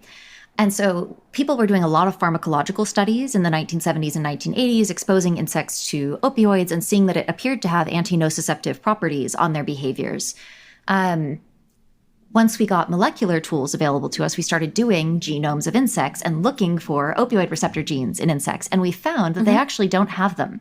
So they don't have opioid receptors at all, insects. And so that should give us a big question mark, actually, on what's happening with that opioid data, that pharmacological data. Yeah. Even though to this day, studies are still demonstrating, like one just came out in 2023 that we'll talk about probably in a little bit, because it's a great example of analgesics.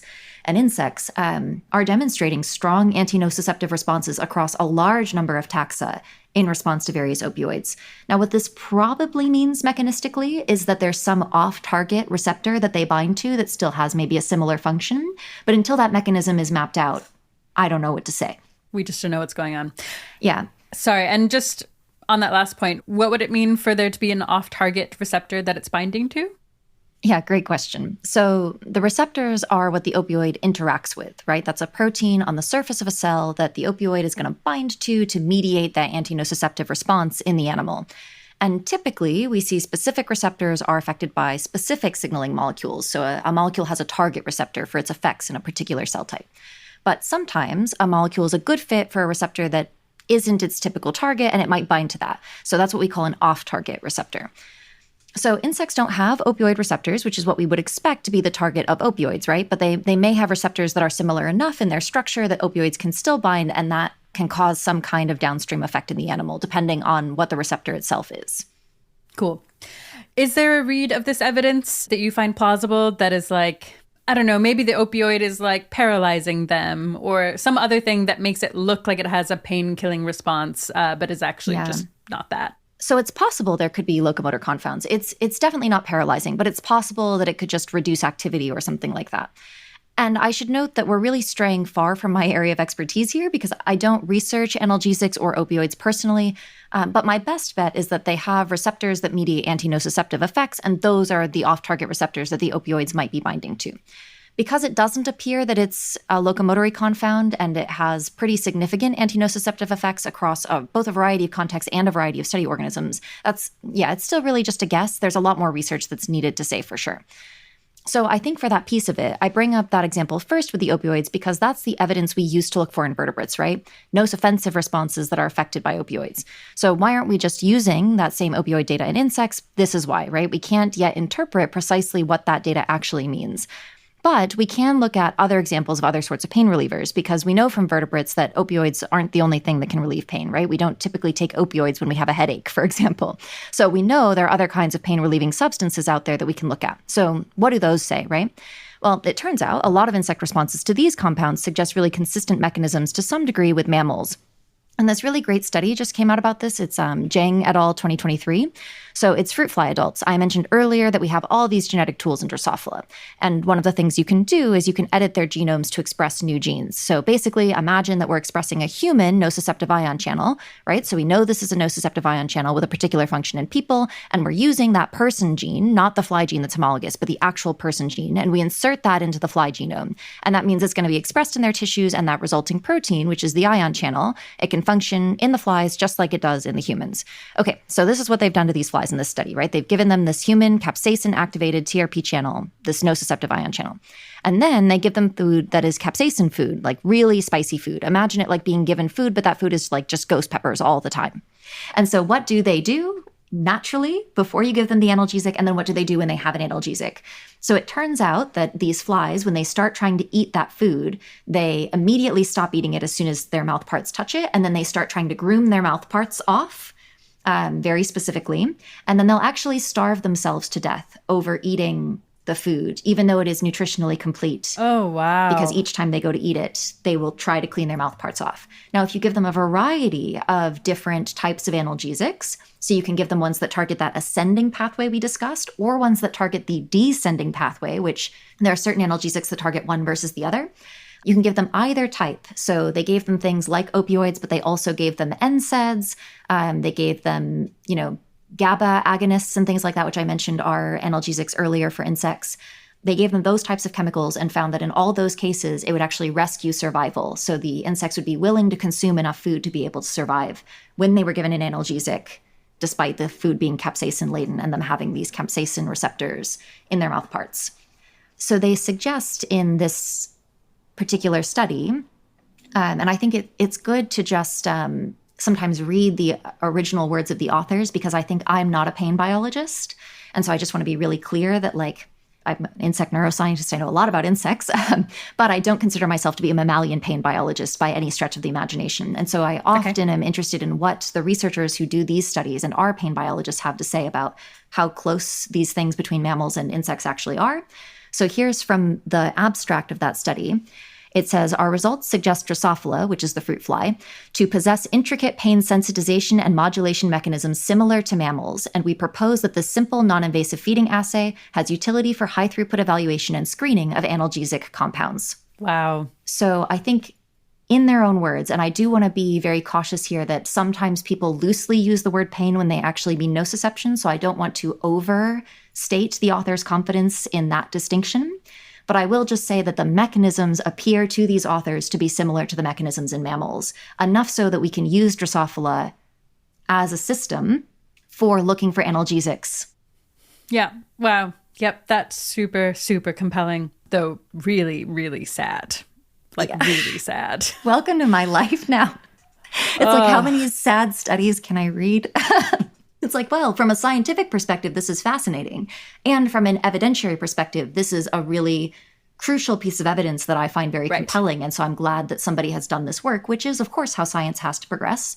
On the other hand, of course, you're sitting there and you're thinking, well, now we've developed these mutant flies, with this high throughput assay. That will starve to death rather than eat hot peppers. Yeah. And I think this is also compelling. Remember that evidence we talked about earlier where people said that insects don't respond in typical ways to pain. And so they'll keep eating even though they've had their abdomen cut off.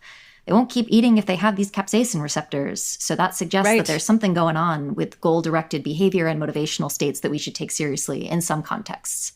Yep. Okay, so part of me is painkillers seem to totally work on insects. That's a very, very reasonable read of the evidence, as far as I can tell.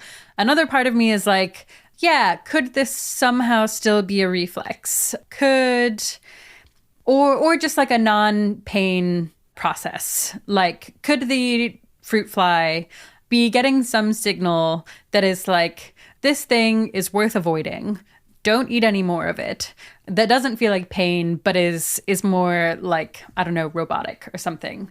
Yeah. Do you think that's possible? Or is that just too inconsistent with what we know about evolutionary history and the way these ion channels probably work? Yeah, so I definitely think that's possible, right? And I think that's part of why the cumulative approach to the evidence is so important. None of these pieces of evidence can be seen as kind of the magic piece of evidence required to feel convinced. Instead, what we're looking for is kind of the more things that are similar between this organism and organisms that we're sure feel pain. And the more reason we have to suspect that the same kinds of selective pressures might have been acting on these organisms to have them produce similar kinds of mechanisms. And the more similar their mechanisms are and their physiology is in response to these kinds of stimuli. Well, now we're starting to build a case that says there's enough evidence that these things are similar that maybe we should take seriously the possibility that this isn't a reflex response. It is actually producing pain. So it's really about that cumulative case approach, I think, is really important. Okay, let's move on to another one. So a very related criterion is analgesia preference, which basically means an animal shows that they value analgesics like painkillers, either by administering a natural painkiller kind of internally or by seeking a painkiller out in the environment, or I guess by prioritizing accessing it in the environment over things like food or water. Yeah, to what extent do insects show this preference? Because this feels like very important evidence to me. Yeah, so this is criterion 8 of the framework. And I think for many people, they would find this to be the piece of evidence they would most strongly weight. So each of these criteria doesn't have to be weighted the same, even though there's 8 of them, which is something that lots of people have talked about in the use of this framework. Anyway, so this is criterion 8. And what I will tell you is that we have such a paucity of data on this that it's very difficult to talk about. There has been one study conducted on this in insects at all. To date. I know some people who are working on conducting studies now on this, but to date, we have one study to go off of. So I'll tell you a little bit about that study and kind of what we should and shouldn't take from it, I think. So this is a study in honeybees. It's called Groening et al. 2017. And they basically are taking honeybees, they're anesthetizing them, and then while they're anesthetized, they're cutting their legs, one of their legs off, or putting a clip on one of their legs that's exerting some potentially painful pressure. Then they let the bees wake up, and they provide them with 2 feeders, one that is just sucrose and water, which bees like sucrose, and then one that is sucrose, water, and morphine. And they see whether or not the ones that have been injured are drinking more from the morphine-laced feeder than the ones that are not injured are drinking from the morphine-laced feeder.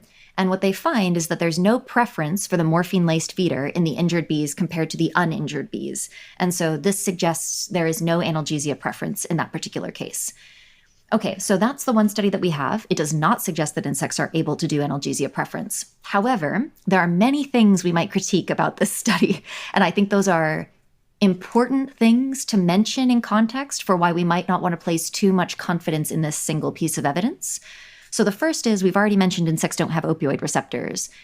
Picking morphine as your analgesia for the study over something like a GABA agonist where we actually do understand the mechanism, it's just not what I would pick because we don't know for sure what it actually does and we don't know how it's doing it. So that would be my first critique, is like, let's pick an analgesic we have more confidence in for insects specifically. My second critique would be that insects can taste morphine, and we know it tastes bitter to them. So the problem is, if your delivery mechanism is a drinking-based mechanism, you are now asking an insect if it prefers a bitter tasting substance over a sweet sucrose solution after it has been injured. It may not prefer that. So it is not an equal comparison between the two feeders of the experience that they're having drinking from it, which is what you would ideally want in this context.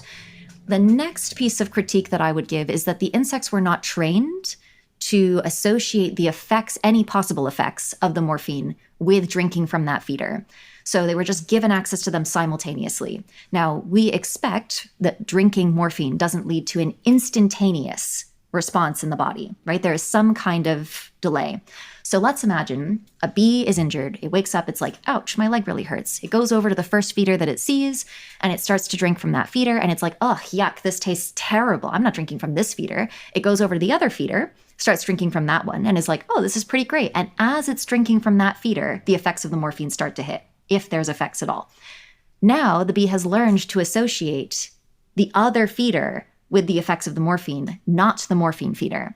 So typically when you do these kinds of studies in animals, you train them to associate the effects of the analgesic you're giving them with whatever the substance is that you're providing them to drink. So when you present them simultaneously, you actually haven't taught the animal what stimulus it needs to seek out to be able to get the pain relieving effect. So you could imagine totally random results from this. The last thing I'll say that I think is interesting is that the bees were under anesthetic when the injury was delivered, and then they woke up and were given the opportunity to seek something. And this makes some sense because, again, there's like trauma that could be associated with doing the procedure and just like stress associated with doing the procedure. And you don't want to assess stress. You want to assess response to injury.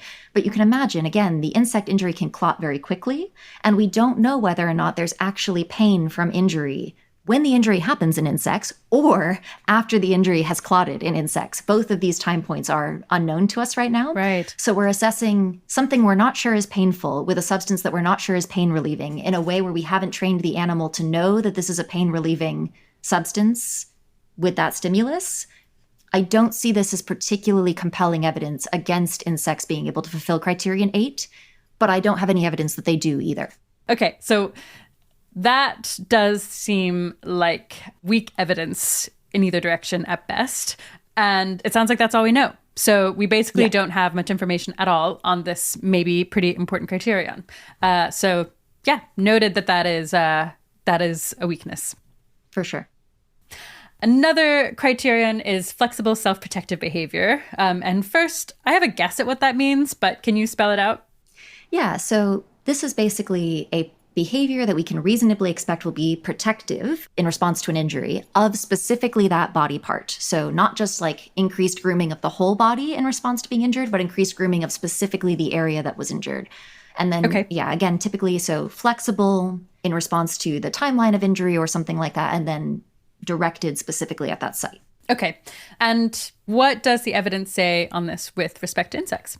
Yeah, so this is, I think, a fascinating one in part because we have so many examples of them not engaging in this behavior in all contexts and cases, as we've discussed before. But we do have some examples that appear to suggest that in other contexts and cases, they may be able to do this kind of behavior. So there's some evidence of wound tending behavior in moth larvae. Manduca sexta is a common model species, and basically they give them an injury in a particular abdominal segment, and then they see increased kind of wound tending and strike responses towards that abdominal segment. It's anecdotal, so I don't want to make too much of it, but I just want to note that that's some of the evidence. There's also a study from the 1980s where they gave an abdominal puncture wound to cockroaches and found that they groom specifically that side and area of their abdomen much more. So it increases both general grooming, like they groom themselves generally more, but also specifically that area, which again, given that one of the major concerns for insects that experience a cuticular breach is the pathogen problem, where they are much more likely to get diseases if there's an open part of their surface. you can imagine that both general grooming and specific grooming of the site might be valuable for them from a fitness perspective. Yeah, I was going to ask what the mechanism was. And I'm still curious, does insect grooming actually reduce pathogens? That Yes. just seems, I don't know, that it doesn't seem like something I can do by grooming myself. So we live in comparatively such a sterile environment for pathogens and predators compared to, ancestral humans. So think about monkeys picking mites off of each other's backs, right? Grooming to get rid of pathogens and parasites is actually reasonably common across the animal kingdom. We just don't tend to get as many mites these days or fleas or lice or whatever. So yes, of course, there's both the microbial level, the really small stuff. And for that, it's hand washing and stuff like that. Yep. Great. Okay. And how skeptical should we be as a result of just the fact that this evidence is super, super mixed? Yeah, I think it's context dependent. I think that's one thing that's really important about it. And I think also I'd love to see more data presented on the prevalence of these different behaviors. So okay, maybe I see one cockroach out of 30 groom that site-specific wound. That's actually much less strong evidence than if all 30 of them do it, or if 29 out of 30 of them do it, right? I want more data like that, which right now, almost all the data on both sides is anecdotal. It's I saw locusts do this. I saw an ant do that. And you're none of this is all that helpful for me in terms of weighting these pools of evidence against one another. I need more information, and I need people to specifically test this question, because a lot of these anecdotes are reported in the pursuit of other research. We're testing something else and we see this, and then we report on it. That is not as helpful to me as somebody actually specifically testing this question. I also should note there's some interesting evidence that came out recently where somebody has been testing this in ants. So they're testing allogrooming, which is ants grooming other ants, not ants grooming themselves, which is a very important difference for this evidence being useful from a pain perspective. Yeah, a pain perspective, exactly. Yeah. But I just want to note that it shows us how important grooming can be for the fitness of the animals in response to injury. There's something like an 80% difference in survival for ants in the wild that get their wounds groomed or don't get their wounds groomed by their nestmates. And so that shows us just how many pathogens there are in the environment and how important it is for insects to be able to recognize the site of an injury and groom it if they're able to do that. And so pain might be very relevant for that reason, at least for long enough for them to be able to groom that wound. I have one other point I'll say on this very briefly, which is just remember that Jang study that I talked about and the grooming of the mouth parts? I think that's really interesting and compelling evidence that we see site-specific grooming, very cool anecdotally reported evidence. Would love, again, to see somebody study this specifically, but I think that's interesting. There's also been some research on crickets in the 90s that show that so they were interested in what stops male crickets from engaging in courtship behaviors. And they gave shocks and heat stimuli and also gave some strong pinches to the epiphallus, which is the male reproductive organ. And they found that the insects would groom the epiphallus and stop mating also in those particular cases when a strong enough pinch was delivered, even when no fluid leaked out of the body cavity as a result. So when you see the fluid leak out, now you have a confound because maybe they're grooming to get that fluid off of the body part they want to use. But when you don't see that fluid leakage and you just have the pinch delivered to that body part and they're still grooming it, that suggests something else might be going on. Okay. And again, why grooming feels like it especially, my brain can tell a story for how that would be reflexive. Do we have reason to think that it's pain motivated? We definitely have reasons to think it could be reflexive, right? Again, each of these criteria you can explain as a reflex mechanism. And people did that in dogs, for centuries. People were like, yeah, these dogs are just little reflex machines. When I vivisect them and they make loud noises, it's just their body having a reflex. That's Descartes.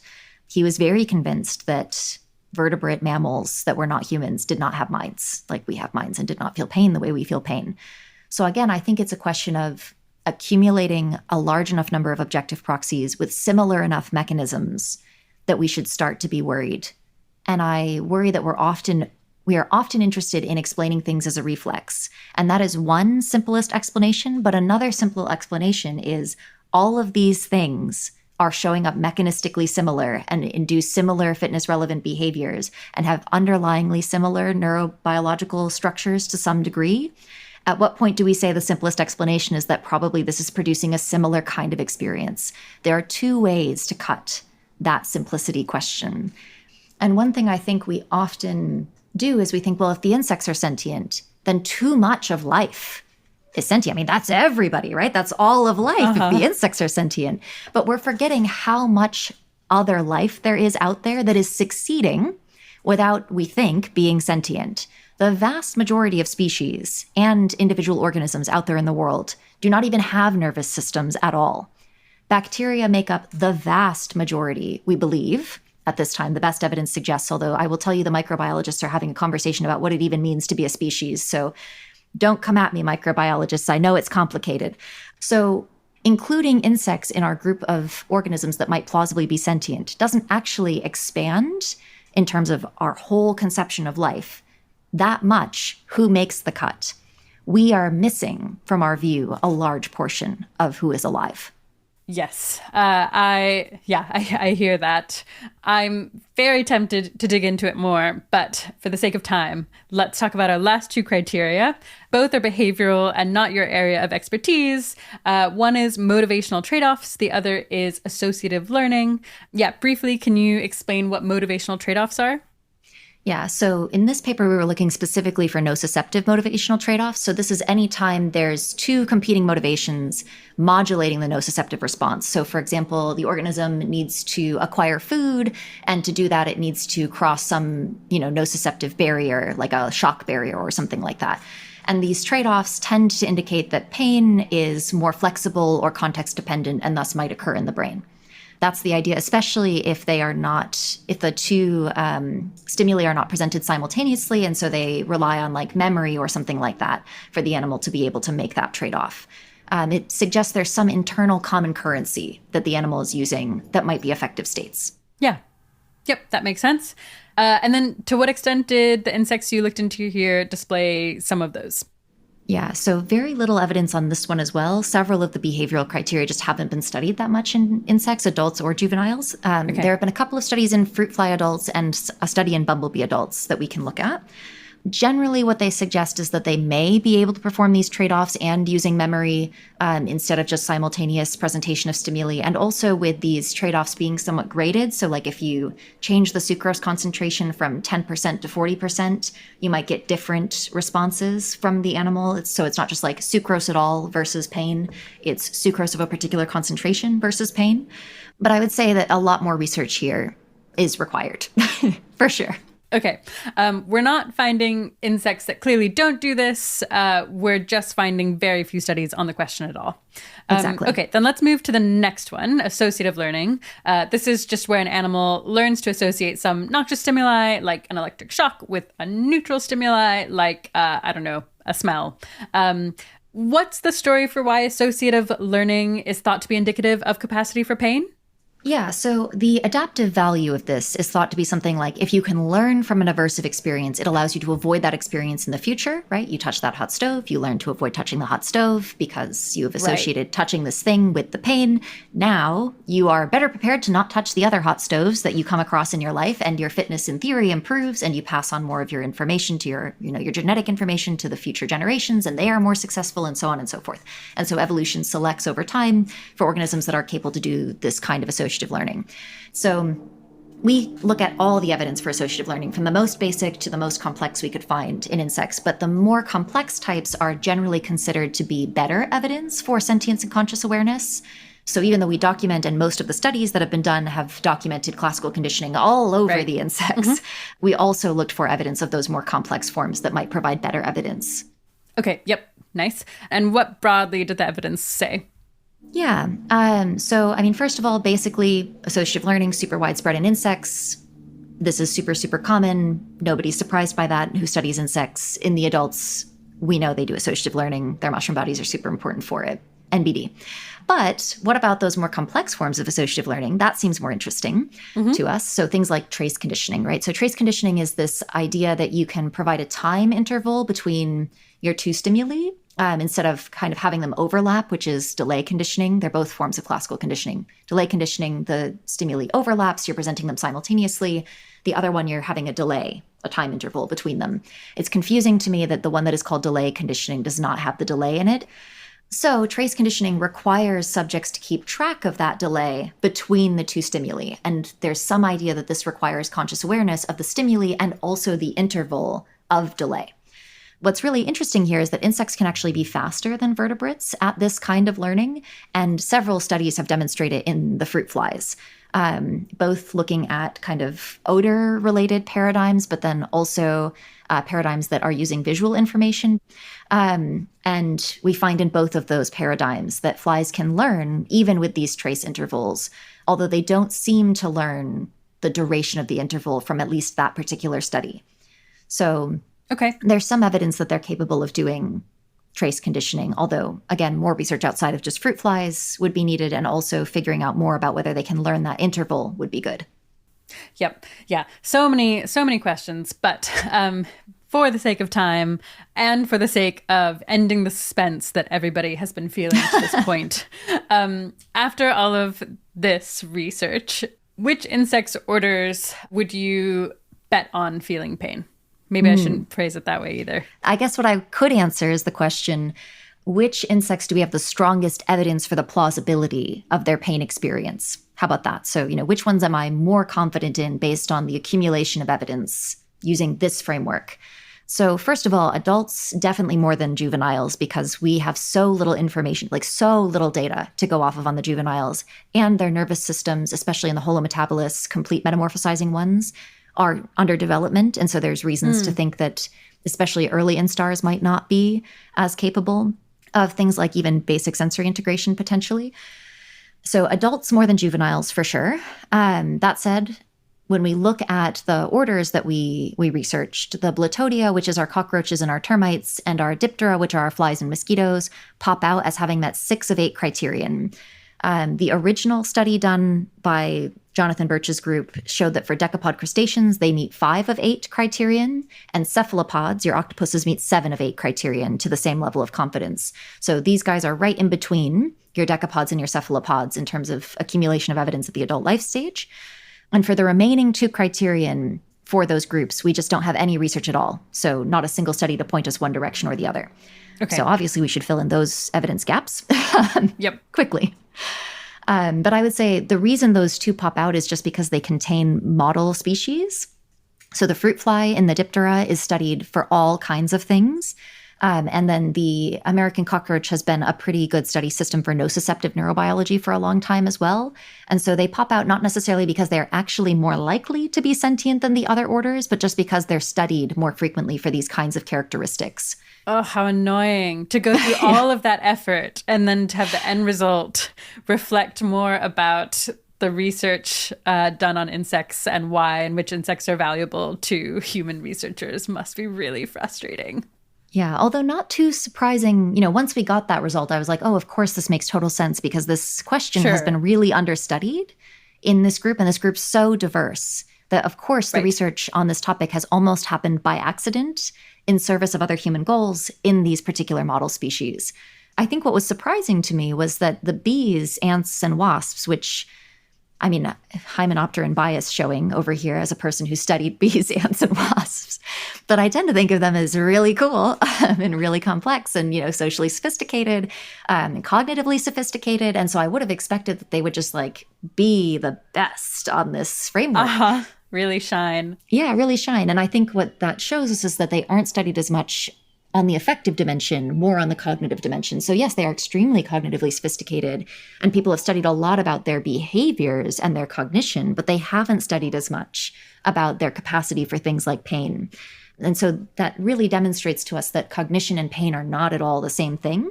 They can relate to each other, but they're not the same, and they have to be studied, independently for that reason. Okay. So that's the high-level takeaway. Tons more research needed, but also, for me personally, more research pointing in the direction of insects being, I guess, at least more likely than I would have thought to have the experience of pain. And yeah, people should research this. I guess to try to put my skeptical hat on, I'm gonna try to generate some reasons why you might not think this evidence is as compelling. For one, none of the insects definitively failed any of the criteria, which feels a little bit surprising and maybe even suspicious. Does it feel that way to you? It could. I think I'll say 2 things about that. One is that mammals don't seem to fail definitively any of the criterion, but we don't find that suspicious that when we look across the mammals, none of them seem to definitively fail any of these 8. Instead, we find that to be good, strong evidence that they're capable of doing the thing. So I think there's something to be said for that. Like if we have an anti-insect bias is showing. Yeah, there's this like intuitive sense like, but they shouldn't be able to do all 8 of these. Like, isn't it suspicious that they're doing so many of them? Maybe your criteria are terrible. And you're like, well, maybe. I'm kind of just, I'm just deciding the quality of the criteria based on the result. Well, and lots of people have that view. And even I would say to myself, to some extent, have that or had that response of like, well, how good are these criteria then, and that part of what convinced me on that was looking at the older vertebrate frameworks and seeing that they're essentially relying on similar things. And then thinking more about these proxies and saying, well, are there other proxies I would add? Not necessarily. I do think, and if we had a whole nother podcast episode we could do, I and many other people have critiques of this framework. I do not think it is perfect. I have many thoughts on ways it could be improved. I'm writing a paper about that. Writing all these papers that will come out this year that you may find interesting if you like this podcast episode. And I'm not lots of people have written about how this could be improved. The original article was published in Animal Sentience and a bunch of people responded to it. And then the authors responded to that. There's been great dialogue on the way this framework could be improved. But broadly, I think for me, this framework is great for determining when we should be cautious and take something seriously. The evidence is certainly good enough for that bar. In no way am I claiming it's a definitive bar. It's not like if you meet all 8, you're absolutely sentient. But if you meet 6 of 8, we have enough evidence that we should start really considering this problem, researching this problem, taking the moral status of these animals seriously for now until we have better information. So that's one thing. Yes, especially given the kind of number of them. Oh, yeah. A lot of them. The second thing I'll say is that although nobody definitively fails it, I actually think we do get close to a definitive failure in one juvenile case that we were looking at, but I couldn't prove it because we are lacking some information at this time. So early instar honeybee larvae, like the first, second, third instar, they go through 6, I believe, if I'm right on that. So they go through 6 instars. The first 3 of them, they do not appear to have a developed mushroom body or a developed central complex. And this would suggest that they fail sensory integration in the brain proper. However, I couldn't find convincing evidence on what was going on with their lateral horn, which is the other third center I didn't spend much time talking about. And there's always the possibility that sensory integration that is relevant occurs in other areas of the brain. We actually know there's sensory integration that occurs in like the general protocerebral mass, which is the rest of the brain tissue I didn't talk about. So I didn't feel convinced by that evidence that they for sure fail it, but you will notice that they're rated lower than many of the other ones are for that reason. Their mushroom bodies start to develop in the 4th instar.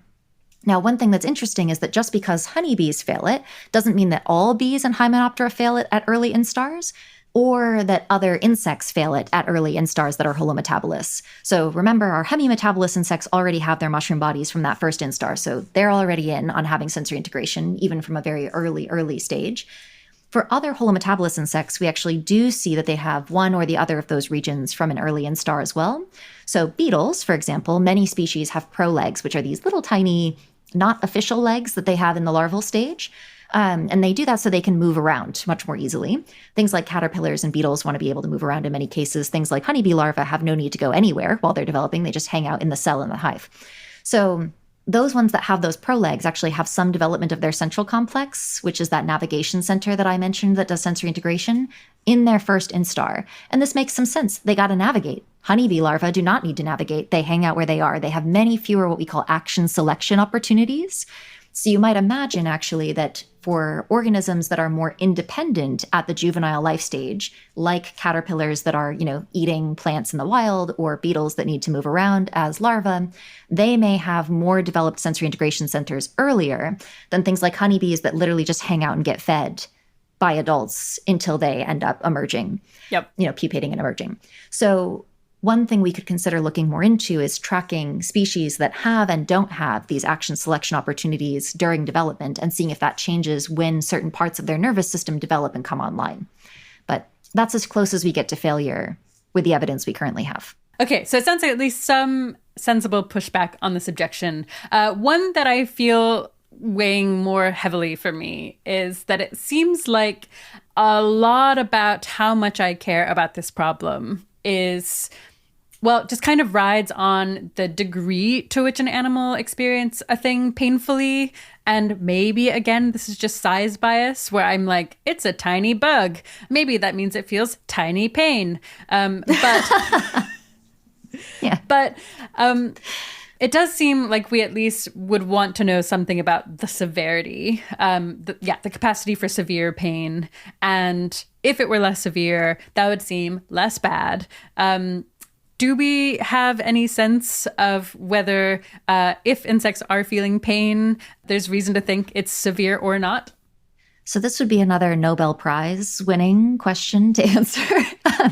I will say that the closest we've gotten to answering it is theoretical, not empirical. So like we've sort of delineated what the options are theoretically, but we don't have any evidence right now to support any of those particular outcomes in a strong way. Okay. Probably the most in-depth treatment you can find of this question is in this book that's coming out this year called Weighing Animal Welfare by my colleague Bob Fisher. And there's actually a chapter that's dedicated to the kinds of cognitive processes that we think could influence the degree or severity of pain in different animals.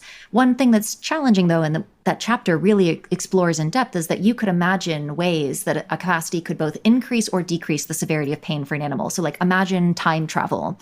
So in some ways, you could imagine that time travel could make your pain more severe because you're remembering previous times you were in pain and you know how long the pain's going to last. And so that makes you feel even worse. Or you could imagine, hey, you know how long the pain's going to last. You know it's temporary. So even though it really hurts, you know it's going to be over. And that makes it hurt less for you than for an animal that doesn't have time travel and is just stuck in the present moment of that pain for as long as it lasts. The other piece of the theory that I think is compelling to me is this idea of like, would it be beneficial from an evolutionary perspective for an organism to have tiny pains? Like, what is the point of a pain? The point of a pain is to motivate you very strongly against an extremely fitness-relevant experience. Would it be relevant to be just a little motivated to avoid those kinds of things? Or should we expect these animals to be really motivated to avoid these things? The last thing I think from the tininess perspective is just to recall that point we discussed earlier about having more neurons. It's not like each neuron creates the experience of pain for me. So it's not like, oh, 3 of my neurons have fired. Right. So I'm having a 3-neuron pain as compared to 300 and I'm having a 100x type of pain. Instead, again, just like with the visual system and things like that, where having more neurons doesn't necessarily mean you have like more discrete pictures. It might just mean you have better resolution or a more complicated experience to some degree somehow. So it might just be more about repeating modules than it is about creating a bigger experience. And I think that's something we'll have to figure out as well. But just being tiny probably doesn't provide us reason to think that they might have tiny experiences. Yeah, I mean, I guess I'm a complete non-expert. I'm an anti-expert. I am beyond naive about this. Could it be that... So I can imagine lots of pain being terrible for fitness. Like we could feel, in theory, much more pain, but that might paralyze us, keep us from doing things that might help us. And it seems like lots of insects might live in very, very dangerous environments. And it seems at least possible to me that there are so many life-threatening stimuli that feeling extremely intense pain about all the dangerous things is not actually evolutionarily fit as a strategy, but maybe, well, I don't really know where that's coming from. So I'm just curious if you have a reaction. Well, so this is interesting. Yeah, let's explore this a little bit. So I think the first thing that comes to mind for me is that you're right. When an organism is in an environment that is constantly exposing it to a noxious stimuli, we do often see changes in the nociceptive neurobiology of that species. And a great example comes up in the mammals. When we're looking at naked mole rats, they live in these subterranean burrows. And because there's a bunch of them, because they're eusocial mammals, they're constantly engaged in respiration. And so they're releasing CO2 into their environment. And that CO2, it gets trapped underground with them in their burrows because there's really nowhere for it to go because there's soil all around. So that can actually lead to tissue acidosis of their exterior surface. And what they found is that in naked mole rats, they actually lack responsiveness to tissue acidosis in the periphery. So they've evolved this mechanism neurobiologically that blocks signaling to the brain from the ion channels that are sensitive to tissue acidosis. And we might ask, like, why is that, right? Well, from a fitness perspective, it's probably not that great for a naked mole rat to just be walking around all day, constantly in pain due to some kind of damage, when its whole environment is necessarily going to cause that kind of damage. So it's evolved something different than mice and rats, its close mammalian relatives, in its ability to experience pain because it's not fitness relevant for naked mole rats to be sensing their environment as constantly harmful. So we might imagine, too, that if we see insects that are adapted to live in super hot environments, they might not have either thermal nociception at all, or they might have thermal nociceptors with a much higher activation threshold than the ones that insects in other environments might have. So certainly we could expect to see something like that, and I think that's very plausible. Then it's just, what are the environments the animals are living in, and which kinds of nociception might they have lost or not lost? Because we don't say naked mole rats don't feel pain just because they can't feel that pain, right? They can feel other pains just fine. They feel thermal pain, mechanical pain just fine. So it's just this one thing, but they still have the capacity for other kinds of pain. I would push back, I think, a little bit on whether or not insects live in environments that are necessarily more dangerous than for mammals and things like that. Yeah, as soon as I said it, I was like, it seems kind of similar to, I don't know, what it's like to be a gazelle. Or at least, like, it could be. Doesn't seem crazy. I think for predator insects, it's like being a predator. And for prey insects, it's like being a prey. And for scavengers, it's like being their worlds are just a little smaller in some ways and happening more rapidly in some ways. But yeah, it's just a different scale of living. I'm not sure it's necessarily more dangerous. I guess if I'm trying to probe at what I actually believe here, it seems like, yes, there's some pain that would probably be so much that it would be evolutionarily unfit. And also there's probably some amount of pain that is probably too little to motivate something to do anything. And maybe that just means that evolution will push toward a certain experience of pain that is moderate, like enough to motivate behavior, but not so much to, have a bunch of costs. And so maybe we should actually expect it to converge in some sense onto something that's like, unpleasant in the way pain is for me, but also not that often totally excruciating, because that would be terrible and costly. Disadvantageous. Does anything like that sound plausible to you? I think that sounds roughly plausible. Yeah, I mean, I think, in our daily lives, excruciating pain, even if we imagine not the, like really fancy lives we live these days, even in the less fancy lives we lived in our evolutionary history, excruciating pain does not seem to be a daily occurrence. And that makes some sense, right? That would be like a really potentially fitness damaging thing. And we see that in chronic pain situations now for people who do have excruciating pain day in and day out because of something being wrong with their, nervous system biology. It is very fitness problematic for those individuals. They do not have the same ability to function the way they might like to because of that chronic pain problem. So I think that's right. Excruciating pains are, reserved for extenuating circumstances. And let's not forget also, the endogenous neuromodulation system, where even when we have pains that are excruciating, we have these internal mechanisms for helping us modulate that pain in response to other motivational states, right? So I'm sure that cutting your own arm off is excruciating. And that's why I keep going back to that. I mean, it just seems horrible to me. It seems like it should be excruciating. The fact that anybody has successfully done that to save their own life is wild to me. Truly unbelievable. But that's part of what our nervous system has for us, both the ability to give us excruciating pains and the ability to modulate those pains so that if we have other motivations we need to take care of, we can. Yeah, it's interesting. I have the intuition that both of those abilities are pretty complex and therefore might require more complex neurological structures to actually allow for them. But it also seems plausible to me that it's so important to both feel pain in life-threatening circumstances and to modulate it to balance other competing needs, that maybe they're just abilities that evolved super early on because they're so valuable. No, I think these are all good intuitions to explore, though, because I don't think that you're, alone in having these kinds of intuitions where, on the one hand, this seems really complex. On the other hand, maybe it's really simple. And yeah, the answer is we really just don't know a lot of this. And there's a question of the difference between having a capacity and the complexity of the capacity and the degree of the capacity and the kinds of the capacity, right? We could imagine variation along all those axes, but still having the basic capacity be a very simple thing that evolved very early. And then when we get after that is the explosion in degree or kind or, number of neuromodulation systems. That kind of complexity could come later. the basic capacity could be much earlier in the evolutionary history. And I think this also brings up, to come back to evolution, because we love to come back to the idea that sentience and pain evolved, right? This is also really important to think about, because if we're going to be skeptical about sentience, we need to be skeptical about its evolutionary history, not just which organisms it's in today. So we shouldn't just be looking at, presence, absence of key features in this particular animal. We should be saying, Right. Where is this animal in the evolutionary tree? Who else am I confident is sentient? What does that mean about the likelihood this animal shares those features? And there are two possible hypotheses you could entertain here. One is the idea that, sentience evolved exactly one time. And so everybody descended from that common ancestor, unless maybe they lost it for some reason, has that characteristic. So if you accept both vertebrates and any of the inverts, so a cephalopod or a decapod, if you're convinced on a single invertebrate and you also are convinced on a single origin point for this, you have a problem, right? And this is because the closest common ancestor to all of those folks is very far back.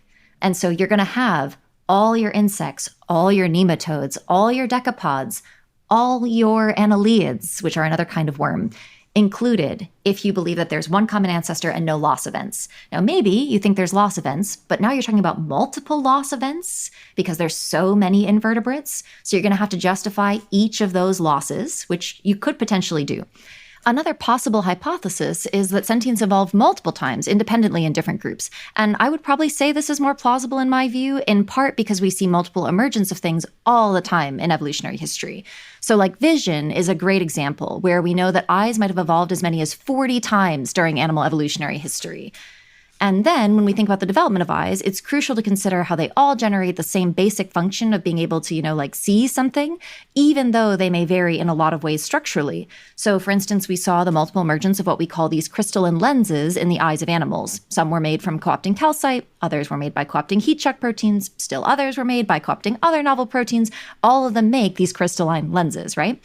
Or you could consider that independent but convergent evolution of similar structures in vertebrate eyes and spider eyes. And that can result in, again, the same basic capacity to see something. And of course, then we can talk about how the exact functions of seeing using these different structures or similar structures can vary, acuity can vary or wavelengths that the animal can sense can vary. But still, we think that same basic capacity of some kind of sight is there for all of these animals. So, this is all to say that it makes it more complicated if we're looking for something like consciousness. So the function we're interested in is consciousness instead of vision, right? Now we're saying, if there's more than one origin point, now we need to be looking for potentially divergent structures capable of producing that common basic function. And of course, that common basic function can have lots of variance and gradation. And we don't even have a good grasp yet on human consciousness. So you can see how acknowledging the possibility of multiple independent origins would then make this all very challenging to figure out.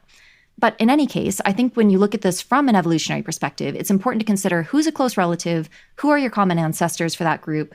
When you think these characteristics evolved, why do you think they evolved there? And then if you're somebody who takes crustaceans seriously, given that their close relation is the insects, you're going to need to seriously consider the hexapods too. Okay, so if I really try to generate reasons to be skeptical, because I think this just is an important enough topic that we should look at all the reasons to be skeptical, what about the fact that at least some insects are known as R strategists? So this is in contrast to K strategists. R strategists are species who have lots and lots of young and who don't invest that much in those young. And so many of them die before they reach adulthood. But some of them survive. And because of the low investment, that's, an evolutionarily successful strategy in some cases. Whereas K strategists have very few offspring, and then they invest a lot in them and basically try really hard to make sure as many of their young get to adulthood as possible. I guess it seems like I can imagine that because the R selection strategy involves lots and lots of young dying very, very young from starvation and predation and probably other things, that the evolutionary, pull to experience pain really intensely is weaker because it's actually just less important that those young survive to adulthood. Does that make sense? Yeah, so this is also a good question. I feel like my thoughts on this are still developing. So I don't know if I have as solid of an answer on this one as I want to. But I guess I have a couple of like loose thoughts. The first is that R and K selection are relative phenomenon in some sense. So like, for example, cats and dogs are R strategists compared to people. But obviously they are K strategists compared to most insects. Most insects are R strategists compared to people, but K strategists compared to bacteria, so on and so forth. So I think it's important to keep that in mind. And again, keep in mind the fact that that means that the vast majority of life is more R strategists than insects are. Like in the scheme of all of life, they're technically kind of K strategists if we're considering bacteria as important. So that's the first thing I'd say. The second thing I'd say is that I don't know how, so the way you phrased it was something like, it matters less that each individual survive because there's so many of them. But evolution is acting on these individuals, right? At the level of being an individual. I don't actually necessarily care. I mean, there's indirect fitness benefits of your siblings surviving, but my direct fitness benefits are based on me surviving, not my siblings surviving.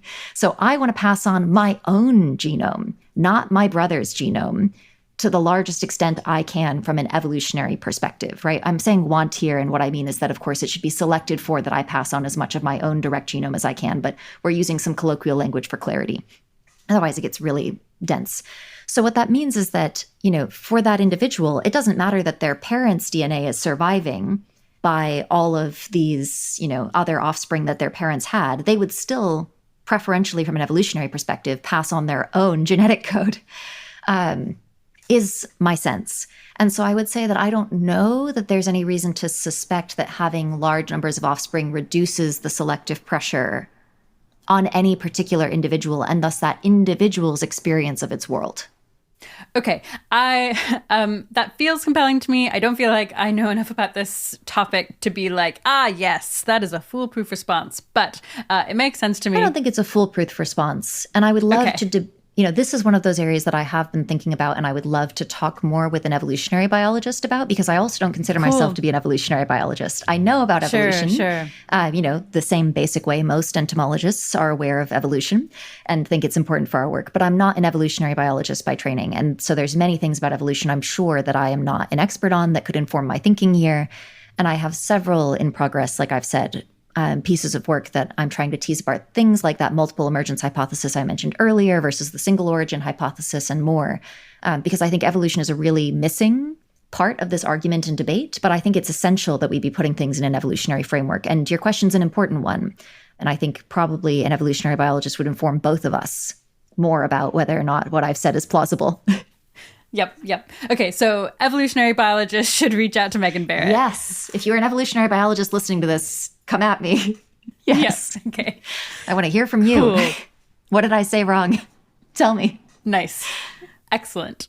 Okay, so to really put you on the spot, we've talked about all this evidence, and you've said that there is some strong evidence for potentially some insects having the capacity for pain. But I'm curious, is that like... So now you were at 0.01%, maybe fruit flies have the capacity for pain, and now you're at 1%? Or did you go from 10% to 50%? Like, what exactly are your beliefs? Yeah, I get this question very frequently from people who are like, so what is your specific numerical probability of sentience estimate? And then I'll say things like, there's so many insect species, how could I'll try to demur a little bit on it. And then eventually I'll just be like, I'm not giving you a p sentience. I'm sorry to have to be so direct. So I will say this to you also, I'm not giving you a p sentience. The reason I am not giving you a p sentience is, one, I think the error bars are so large right now that it's almost a meaningless number. Because I'm waiting on so much evidence. And so I think that's really an essential feature of it for me. The second thing is that I worry, especially as an expert, that number would be overemphasized. And there's actually a great post about this from someone else, Jason Shoecraft, who has researched this. And he has something that he's written about why he also has refused to give people, in many cases, I think, a sentience score. This is a number that somebody would inevitably put into a spreadsheet, and they would use that spreadsheet to make all kinds of decisions. And that number does not reflect the complexity that you and I have now spent 3 hours discussing and barely scratched the surface of. Right? I want to talk about the complexity, like what you and I, and the nuance, and a number does not demonstrate that. And I think it's important also that we understand that if you have updated kind of at all towards insects plausibly being sentient, scale takes the rest of the issue for you to a serious place. There are so many of them that if you take it seriously at all, then you need to be thinking that this is an issue to work on.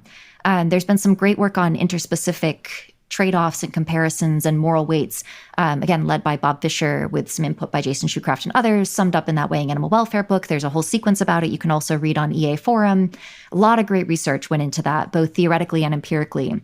And the thing that it suggests to me when I read through it, and I think also the team would probably stand behind me saying this, is that insects are worth taking seriously. If you take them seriously at all from a sentience perspective, scale carries you the rest of the way. Yeah, this is actually a good place to mention that 2 of our recent podcast episodes are super relevant here. So one is my interview with Jeff Sebo, where we talk about what he calls the repugnant conclusion, which is the conclusion that the sheer number of insects means that we should probably take super seriously the idea that insect welfare might be a really, really pressing problem, even if we only have very low credences on insects feeling pain.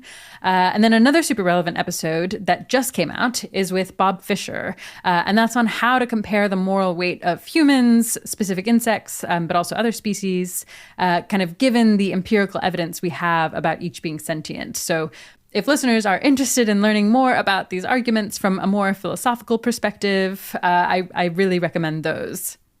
One thing I do want to try to clarify a bit for people, because I worry that a listener could just as easily say something like, Meghan Barrett seems to think that it's extremely likely that, like overwhelmingly likely that insects are sentient. But I also think a listener could come away thinking Meghan Barrett puts slightly higher than the average person out there in the world on the probability of insects being sentient. Is there something that you feel comfortable saying, like, more likely than not, or less likely than not, but higher than I thought 5 years ago, or something? Yeah, well, definitely that last one is true. So okay, definitely higher than I thought 5 years ago. I mean, I guess what I'll say in response to that is that I think it's likely enough I've changed my whole career based on it. You know, I was a insect neuroscientist and physiologist by training. I was researching climate change related topics and the thermal physiology of insects, and I was researching how insect brains change in response to the cognitive demands of their environment or allometric constraints associated with their body size. And I was doing that quite successfully and having a lovely time. And I find these questions really scientifically interesting. And I have, if you look at my CV, probably somewhere to the tune of 15 to 20 publications on just those 2 topics alone from my graduate degree days and my postdoctoral work. Right. And I was convinced enough by my review of this evidence to switch almost entirely away from thermal physiology and very much away from neuroscience, although I do still retain a neuroscience piece of my research program, to work on insects farmed as food and feed and their welfare concerns and trying to make changes to the way that we use and manage these animals that improve their welfare. And so I now have a bunch of publications about welfare. I'll also say that many of my colleagues have been extremely open and pleasant about this conversation, but also some have been more challenging. And I don't mean to say that in a negative way. I'm very understanding of the practical reasons why this conversation is uncomfortable for our field, right? There's regulations that could come into effect that would be very challenging for many of us that research insects to deal with on a practical level. So I'm obviously sensitive to that as a researcher myself, but also because I'm somebody, you know, I've heated insects to death, poisoned insects to death, starved insects to death, dehydrated insects to death, ground up insects to death. I'm sure I'm missing something that I've done to an insect at some point in my research career. But, you know, it's uncomfortable now, the research that I do, reflecting on the research that I have done. And I can imagine others may feel judged by bringing up the topic and thus feel defensive instead of exploring the current state of the theory and the research with an open mind. And I think a lot of humility is necessary too, given all the uncertainty that we've talked about here. And that can be really uncomfortable and really humbling, right? To be confronted with such a morally important unknown. So I try very hard to really take everyone's concerns seriously, all the way from the rights-focused folks through the, you know, hardcore physiology, I'm going to research my bugs any way I want to folks. I think it's really important to try and bridge as much of the community of people who care about this topic one way or the other as possible with my own, you know, very divergent experiences. But I would just say that it hasn't always been low cost in some cases. You know, personally, it hasn't been low cost. It's been a hard personal transition for me to make and to continue to be in this career with the way that I see the evidence falling out so far. And it's been, you know, in some cases professionally hard. And so I'm convinced enough for that. And I think that's something worth taking seriously. I'm that convinced that I'm changing my own career, yes, but I'm also not so convinced that I think it's 100% certain. I live constantly with professional and personal uncertainty on this topic. So I'm convinced enough to make major changes, but you're not going to see me say insects are sentient. I'm sure of any order or species that they are sentient. There's a lot more evidence that I hope to collect and that I need to see collected by the scientific community, and a lot more theoretical work that needs to be done before I am convinced one way or the other. Yeah. That sounds really, really hard. And I don't envy you. I have tried to work on problems kind of like this before, where the bulk of the probability was on the thing not being a problem at all. And I found it really hard and demotivating. But logically, it seems like the scale of the problem is really unfathomable, and the evidence seems at least strong enough. And again, listeners can go back to our episode with Jeff Sebo, where he talks about the kinds of credences you need to have. They're not very high for this to become a truly massive, massive global priority. I'm actually curious what the kind of broader entomologist community thinks about insect capacity for pain. So this is we could spend a long time on this question. I'll try not to. So this has been a question that has been of concern to entomologists for over a century. And actually, you can go all the way back if you want to Darwin. He has a little book that he has on emotions from, animals to man. And he writes about insects in that book and says something, I'm not going to get the quote exactly right, but it's something like, even the insects have jealousy, rage, fear. Okay, Darwin, whatever. So he doesn't present any compelling evidence for that, just to be clear. Like, it's just Darwin saying some Darwin stuff. Sometimes you call it on evolution and not on other things. Yeah. Some hits and misses there. Yeah, some hits and misses there, Darwin. I'm not convinced on Darwin's evidence for that case, but just to demonstrate that it's been of concern to people for a while. So then I think when we get into the early 20th century, there was a really strong push against anthropomorphism in kind of all of animal sciences, vertebrates and invertebrates, where a lot of natural historians were writing in this very beautiful but often quite anthropomorphic language, where they are describing insects in very people-like ways. And there was a push that was not objective and was kind of interfering with us doing good, rigorous science. And again, somewhat true, although there's also some reasons why too much pushback against anthropomorphism can sometimes also be problematic for how we frame and understand things in science. So balance is often key.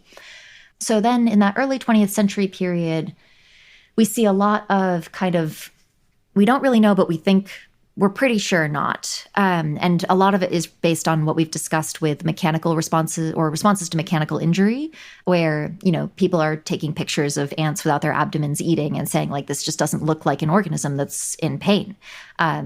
Very reasonably, they're saying that. So then the next kind of key development in the literature happens in the 1980s. This paper comes out called Eisman et al. 1984. It's written by, I believe, a bunch of graduate students and maybe some faculty advisors, although I'm not sure, in Australia. But that's how I understand the story anyway. So this paper comes out and basically makes a case against insects being able to feel pain based on neurobiological and behavioral evidence.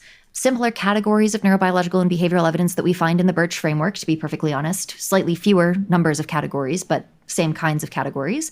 And importantly, they do ignore all the heat and shock information and focus really exclusively on responses to mechanical injury. And there's a bunch of other flaws in that paper. Also, it's 40 years old. So as you might imagine, our understanding of insect nervous systems and behaviors has advanced substantially in the last 40 years. So I have a paper that I'm working on right now with some other entomologists and philosophers where we're actually responding to the Eisman paper. Cool. Because that paper, is obviously out of date, which I think the authors would also agree with at this point, that it needs an update from that perspective. But it has some theoretical flaws, some empirical flaws that should be detailed because it's such an influential paper in the field. People still cite it to this day as kind of an authoritative text on, the plausibility of insect pain. And we are way beyond the data that's in that paper. So responding to it seems appropriate. So that kind of settled the issue, I think, for the entomological community for a while. And so there's been this persistent dogma, even as other evidence has continued to develop over the last couple of decades, that, insects don't have to feel pain. That's why we're not regulated. If insects could feel pain, of course, we would be regulated like all of the other groups of animals. For me personally, as a graduate student, I took the same ethics, responsible conduct of research course that all the graduate students take. And I think we even made some jokes about how the entomologists had to sit through, the vertebrate researcher ethics training, but of course it didn't apply to us. And I remember Animal Behavior Society has these student research grants. And Animal Behavior Society for a while has been the scientific society that has taken invertebrates most seriously from an ethics perspective. And so this was all the way back in 2019 maybe. I was applying for one of their student research grants, and they required that I do a little form on the ethical treatment of my insects, my bees. And I was like, ridiculous. Look at all this work they're making me do that I shouldn't need to do because insects don't feel pain. Thank you, Animal Behavior Society. You were on the right track, it turns out, on what I might want to be thinking about. So I think we're starting to see, especially in some of the societies that are cross taxa, where they know what the research is like in vertebrates, and so they understand the strength of the research in invertebrates better, like animal behavior. We're starting to see some movement on this front. Yeah, that actually makes me wonder. You alluded to the fact that as a grad student, you were like, why the heck am I in this ethics course? I study insects and insects don't suffer. What changed for you? So, what changed for me is that I actually decided to take a look at the evidence. Just to be transparent, before that, again, I had not read a single study about whether or not, I hadn't even read the Eisman study about whether or not insects could feel pain. That's how little reading I'd done. My intuition was entirely based on them being small and on the fact that I did not have to do any ethics reporting, and I knew that other people did, and therefore, obviously, scientists must have figured this out, and we knew insects didn't feel pain, and so we don't have to do any reporting, and it's done, it's settled, it's over. So that was my perspective early on in my degree, and we don't tend to talk about this in entomology labs as part of our training internally either, so this was not something that my advisor, or I would say advisors generally, because I don't want to call out my advisor specifically on this as if he did something wrong. Advisors don't seem to have this conversation with their graduate students in our field. And there is actually research on that demonstrates in entomology we are not discussing ethics, whether that's the ethics of genetic modification or the ethics of how we treat our animals, nearly enough. And graduate students are feeling underprepared. There's a great study, Trout et al. 2010, about that. So I think what changed then was that, I started to look at the evidence. And what prompted me to do that was that I was actually considering for a little while maybe doing an alternative to academia job. You could spend a whole podcast episode talking about the challenges of being an academic, but I was interested in understanding more about alt-ac careers. And I thought, well, welfare is a lot of physiology and a lot of nervous system and behavior work. And I don't do welfare, but I do all those things. So if those are the important components of welfare, then it could be cool to try this out, see how it goes. And even though researching welfare, there was no requirement that I look into the evidence for sentience, right? It was really about the welfare concerns of black soldier flies. Of course, as you're reading about it, it only matters to read about it because of the sentience question. So I was like, well, I should probably start reading some stuff about sentience and about animal ethics more broadly. So I read Bob Fisher's Intro to Animal Ethics book was actually, I think, my first introduction to animal ethics. And then I, read, like everybody does, some Peter Singer and blah, blah, blah. But that was the first exposure I ever had as an animal scientist to animal ethics was that book. And it was super eye-opening to me how complicated and challenging animal ethics is as a field, not just in research or agriculture, just all around us, the way our society is structured. Really, really great Intro to Animal Ethics if you are not familiar. That book is great. And I actually have given it to a bunch of entomologists at this point because I'm like, this is a good introduction for people in our field to animal ethics. Nice. So it's just a really fair, competently written, compelling, interesting, well-written book that is good for beginners like me. Cool. So I read that, and then I started reading more into the sentience, okay, what have people considered to be the evidence for sentience in vertebrates? Oh, that's it? The Smith and Boyd framework from 1991, for example, I was like, oh, that's what it took for us to be convinced. Well, if that's what it took, we've got some problems because we have that data in many cases in insects. So I just didn't realize what the level of evidence was in vertebrates. I just assumed it was much, much, much stronger in many ways that it isn't. And I assumed we had a much better understanding of consciousness than we do. And so then seeing all the uncertainty there too, I was like, well, this is starting to make me very nervous. And now I've been reading about the topic and doing a lot of work on it, my own scholarship for several years now. And all it has done is convince me to be even more uncertain the more I read on it. Yeah, that's a really inspiring narrative. Thanks for sharing. Okay, let's move on and talk about one of the practical sides of all of this. So insect farming. What are insects being farmed for? Yeah, so I primarily research insects farmed as food and feed, so for human consumption or for vertebrate livestock consumption. So there you're looking at major species like crickets, yellow mealworms, and black soldier flies, although there are other species like palm weevils and houseflies that also fit into that group. They're just slightly less abundant in terms of numbers farmed. But there are many, many, many, many, many, I want to specify, reasons that we farm insects. So, for example, the sterile screwworm program in the United States, which is kind of trying to reduce these parasites and make sure they aren't kind of moving across this particular border where we've been able to stop their progression and they hurt livestock animals. That program rears sterile screwworms each year for release. We have a bunch of biocontrol type programs like that. We've got integrated pest management where we're rearing parasitic wasps for release on farms and things like that. So there's those kinds of farms. There's silk farming, farming for dye, farming for producing shellac, like resins and things like that that can come from different species of insects. Obviously, we manage honeybees. You might or might not choose to call that farming. You might choose to call it management. But we farm them for a lot of different applications. And we're coming up with new applications too. So like cell-cultured meat, there's some companies out there that are starting to farm insects to produce some of the proteins required for cell-cultured meat. Huh, I had no idea about that last one.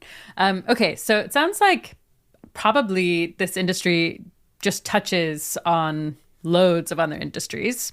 But you said that you focus on insects for feed, for agriculture, and also for people? Yeah. Okay. Yep. Okay. Human consumption and for livestock. Yep. Got it. Can you remind me briefly what the scale of the industry is? You've already said this, but it was maybe hours ago It's been a while. Yeah, that's correct. So we're looking at the kind of best estimate we have is from 2020. That year, they estimated about 1 to 1.2 trillion insects across crickets, black soldier flies, yellow mealworms, and other species lumped together. Again, probably a serious underestimate at this point because the industry is growing so fast year over year. So we would expect 3 years having gone by that the industry would be much larger. And indeed, the producers that I've talked to and, kind of mentioned this number to have kind of scoffed and said like, oh yeah, that's definitely an underestimate. We're definitely rearing more than that across the globe at this point. Yep. Okay. And then my sense is that this is a growing industry, but I don't know that much about the rate or how big it's supposed to get. How is it projected to grow? I think there are a lot of possible projections for how it will grow. One thing to keep in mind is just like the amount of additional investment capital that has flown or like gone into this industry over just the last 5 years, for example. I think, and I'm a little uncertain on these precise numbers, but I think it's something like 25 million US dollars going into these companies in like 2015, all the way up to like 430 million US dollars by 2020. Whoa. So really exponential growth. And there's a great report that you can read by the World Wildlife Fund and Tesco that looks specifically at the UK context and demonstrates that there is, like 20x the demand for how much they're actually producing. And so there's significant expectation that it's going to grow in the UK and the EU over that period of time as well, at least according to that report. There's all kinds of caveats on like, will it actually grow this much? What are the real markets for it? There's regulatory questions where if certain regulations stay in effect or get added, that's going to change the growth of the industry substantially, or where it's located substantially. It's very complicated.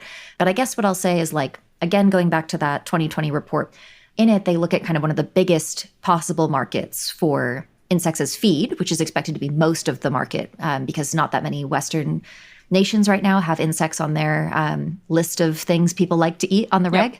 So we're expecting feed to be a lot of it.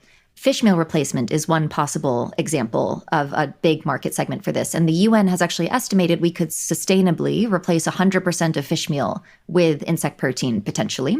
Let's imagine a conservative 25%, just that market. We'd be looking at 40 to 80 trillion additional insect deaths a year just to replace 25% of fish meal. That's not considering any other livestock group, the pet food market, human consumption, just that. So I think when I say there's tremendous potential, regardless of exactly what projection model you're looking at, there are a lot of ways that this sector can grow and influence the economy and meet new demands. Got it. Okay. I think my brain is doing a bit of the like, blah, these numbers are too big. I don't understand them. But I think the general impression I'm getting is they're very big. They're many, many, many times the number of vertebrates being reared in factory farms.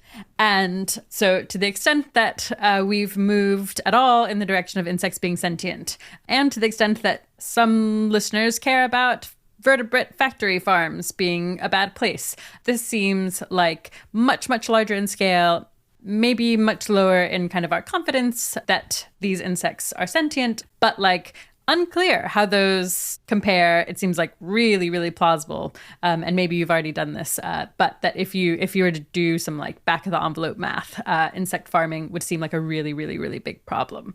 Yeah. I mean, I think it depends a lot on your assumptions, but probably the easiest case to make is just it's an industry, it affects many individuals. That makes it important to consider questions about welfare. Where you go from there, as the person you are, it depends on your moral assumptions, right? I can't really speak to everyone's thinking on that front. My focus as a scientist is just on, whether there are welfare issues, and if so, what empirical work needs to be done to address them. Yep. Makes sense. Yes. So we're going to come back to what might it be like for these insects on farms. But I still want to try to get a better sense of what to picture here. So I'm curious, like, where does insect farming take place in the world? Like, what kinds of facilities and farms are we talking about?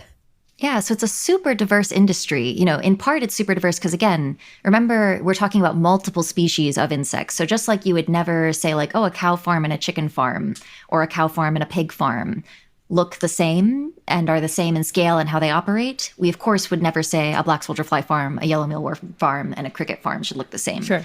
But also, there's just tons of variation because it's a really innovative, rapidly growing industry. It's just starting to scale up. So we're just starting to see some of the biggest facilities being built right now. So, bigger and bigger facilities being built over time. I think you've got everything on like your diversity spectrum from these like rural kind of concrete pens in Thailand where people are rearing a couple of thousand crickets at a time to sell at their local market, all the way through, big automated facilities. There's this one, for example, that has some great illustrative pictures online, JM Green in China. And so you can look into their facilities and see they've just got these pallets. They're a black soldier fly rearing facility. It's like 5 bins high by 2 deep by 4 across or something like that. I can't exactly remember for the number of bins. And each of those bins contains about 10,000 larvae. And then those pallets are just stacked all the way down the greenhouse. Whoa. And so, some of these facilities are really big. There's less human labor involved. And some of that can be really great from like a climate control perspective and making sure that the facility is producing similar kinds of products and managing the animals in a similar way. So really small all the way up through really big and even bigger on the horizon. Yeah, makes sense. I guess I would expect that as the industry grows, you're going to get more of these kind of massive insect farms. Is that a reasonable thing to guess? Well, since we have since we have 0 of them right now, definitely we're going to get more of the massive ones, because we're building these global scale facilities for the first time. So definitely we're going to get bigger ones. I think we'll also get many more smaller ones, in part because one of the values of insect farming is potentially being able to reutilize waste streams. And so you might not want to truck that waste all the way, say, like across the United States to your global scale facility. Instead, you might want to put your smaller black soldier fly unit right next to your waste source if you have a really high density waste producing area. So that's one, way to think about it, is that you might get both more smaller ones and also more larger ones. But I think for economy of scale reasons, we are going to see a lot of growth from where we are right now in the industry. Also note that there's a lot of really interesting innovation that the industry is doing in kind of generating these mobile units. There's this company called Better Origin in the UK, and they're interested in kind of democratizing the insect rearing process so that individual farmers who have agricultural waste, say like additional plant waste or something like that, can actually rear black soldier flies on their farm in these sort of like tractor trailer units that are set up for turning their waste back into protein for their livestock animals. So there's a lot of innovation happening and a lot of variation in how people are rearing these animals. Okay. And so we're basically going to talk about the ethics of this industry, but it sounds like there are going to be loads of consideration. Like, it seems like a good thing that waste might be processed by these insects in a way that might have environmental benefits, but maybe it seems like a terrible thing if the conditions are bad and we have reason to think that they're experiencing them as very bad. So we'll have to like tease all of those apart, but just a little bit more setting the scene. I think you said that the insects most often raised are mealworms, black soldier flies, and crickets. Can you remind me what we think about those particular species and their potential capacity for pain?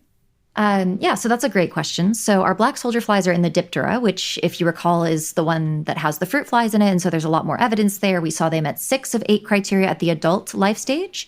So that puts them, 5 of 8 for the decapods, 7 of 8 for the cephalopods. So it puts them right between those two groups. But we should keep in mind that for this particular species, most of them are actually slaughtered at a later larval instar. So we really should primarily, by the numbers, be interested in juvenile dipteran potential for sentience, not the adults. So then what did our framework say there? It looks like at later larval instars, we think 4 of 8 to a high or very high degree of confidence. So that's, a little bit less than the decapods, enough to be thinking about it, but maybe not as concerning, or certainly not as concerning as the adults. Also important to note that, in my view, not each of these 8 criterion should be equally weighted, but currently the way the framework is set up, you do equally weight them because you're just saying 4 or 6 of 8. I think the larvae meet some of the least strong of the 8. And so, keep that in mind too, that this is more than just a number. There's kind of a complex set of evidence behind it, and it might be weaker or is much weaker for the juveniles. Okay, so it's a weak 4 out of 8, not a robust 4 out of 8. That's my feeling. I'm sure some people would disagree with me about my weak 4, but that's how I feel, is that it's a weak 4 for the juveniles and a stronger 6 for the flies. Although, again, to me, some of the even stronger pieces of evidence are still missing for insects broadly. They just haven't been studied, like we talked about. So then, we move on to the yellow mealworms. So those are beetles. They're in the Coleoptera.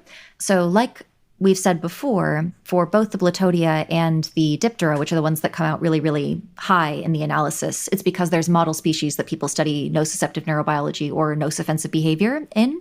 We don't have any of those species as model species in the Coleoptera or the Orthoptera, which is your crickets, grasshoppers, katydids, locusts, etc.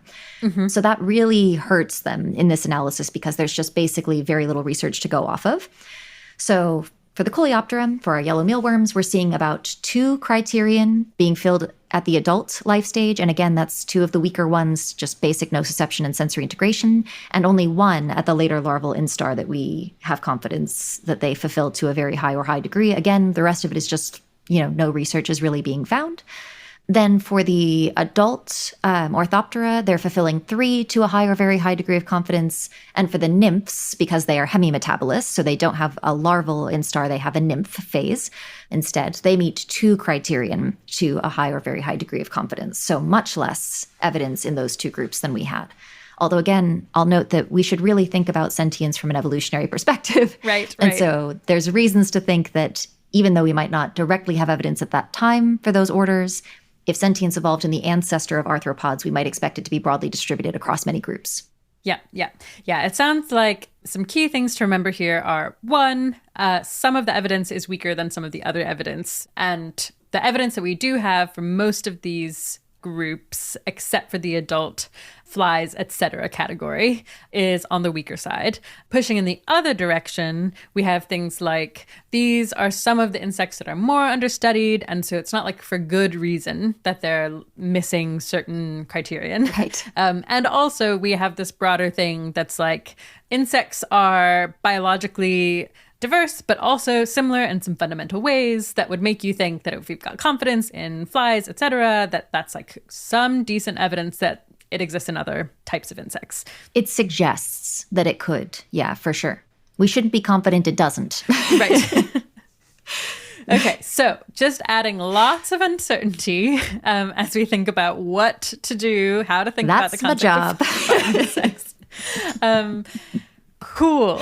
So yeah, I'm trying to figure out how to orient to this as a person who cares about how to prioritize different problems in the world.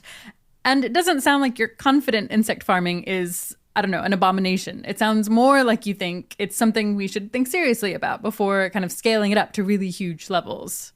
Yeah, I definitely don't think that you would hear me saying it's an abomination. I work on insects as food and feed, so I suppose it would be surprising if that were my view. I think, again, like you were alluding to earlier, but we haven't yet discussed, there are promises and challenges with every industry. And so there's a lot of questions for me about, which insects are we rearing, at which life stages, under what conditions, for what goals, Is it feeding into and supporting other animal agricultural practices that we want to support or not support? Or is it replacing them? Because you can get into the complex topic of interspecific trade-offs where, say, somebody was willing to consume insects as their protein source in place of chicken.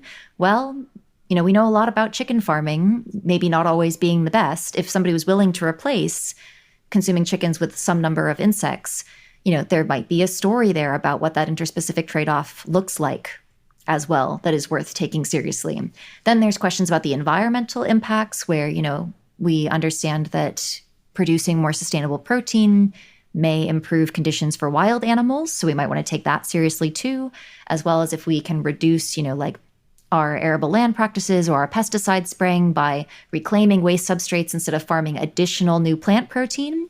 Now we've got an insect versus insect species trade-off question where we can either produce more soy, for example, and hurt a bunch of insects in the production of soy in the wild, or we can reclaim a waste substrate but potentially have lower welfare rearing conditions on farms. So I think it's insanely complicated from an ethical perspective, and also super underexplored by ethicists who are, way better than me, just to be clear, at doing these kinds of trade-offs and comparisons. I am not an ethicist. Okay. I'm an entomologist. Okay.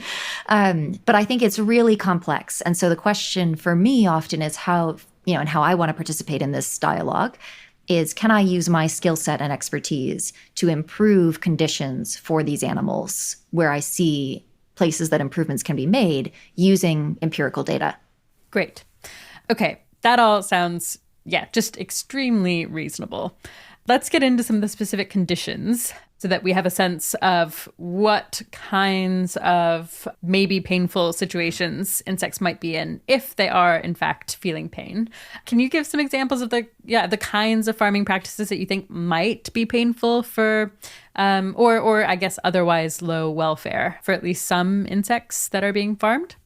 Yeah, for sure. So there's a couple of publications that I have out on this, and they're all open access, so anybody can read them and look at them. So there's one on black soldier flies, one on yellow mealworms, and then one that is currently under review at Journal of Insects Food and Feed, but you can find the preprint online on crickets.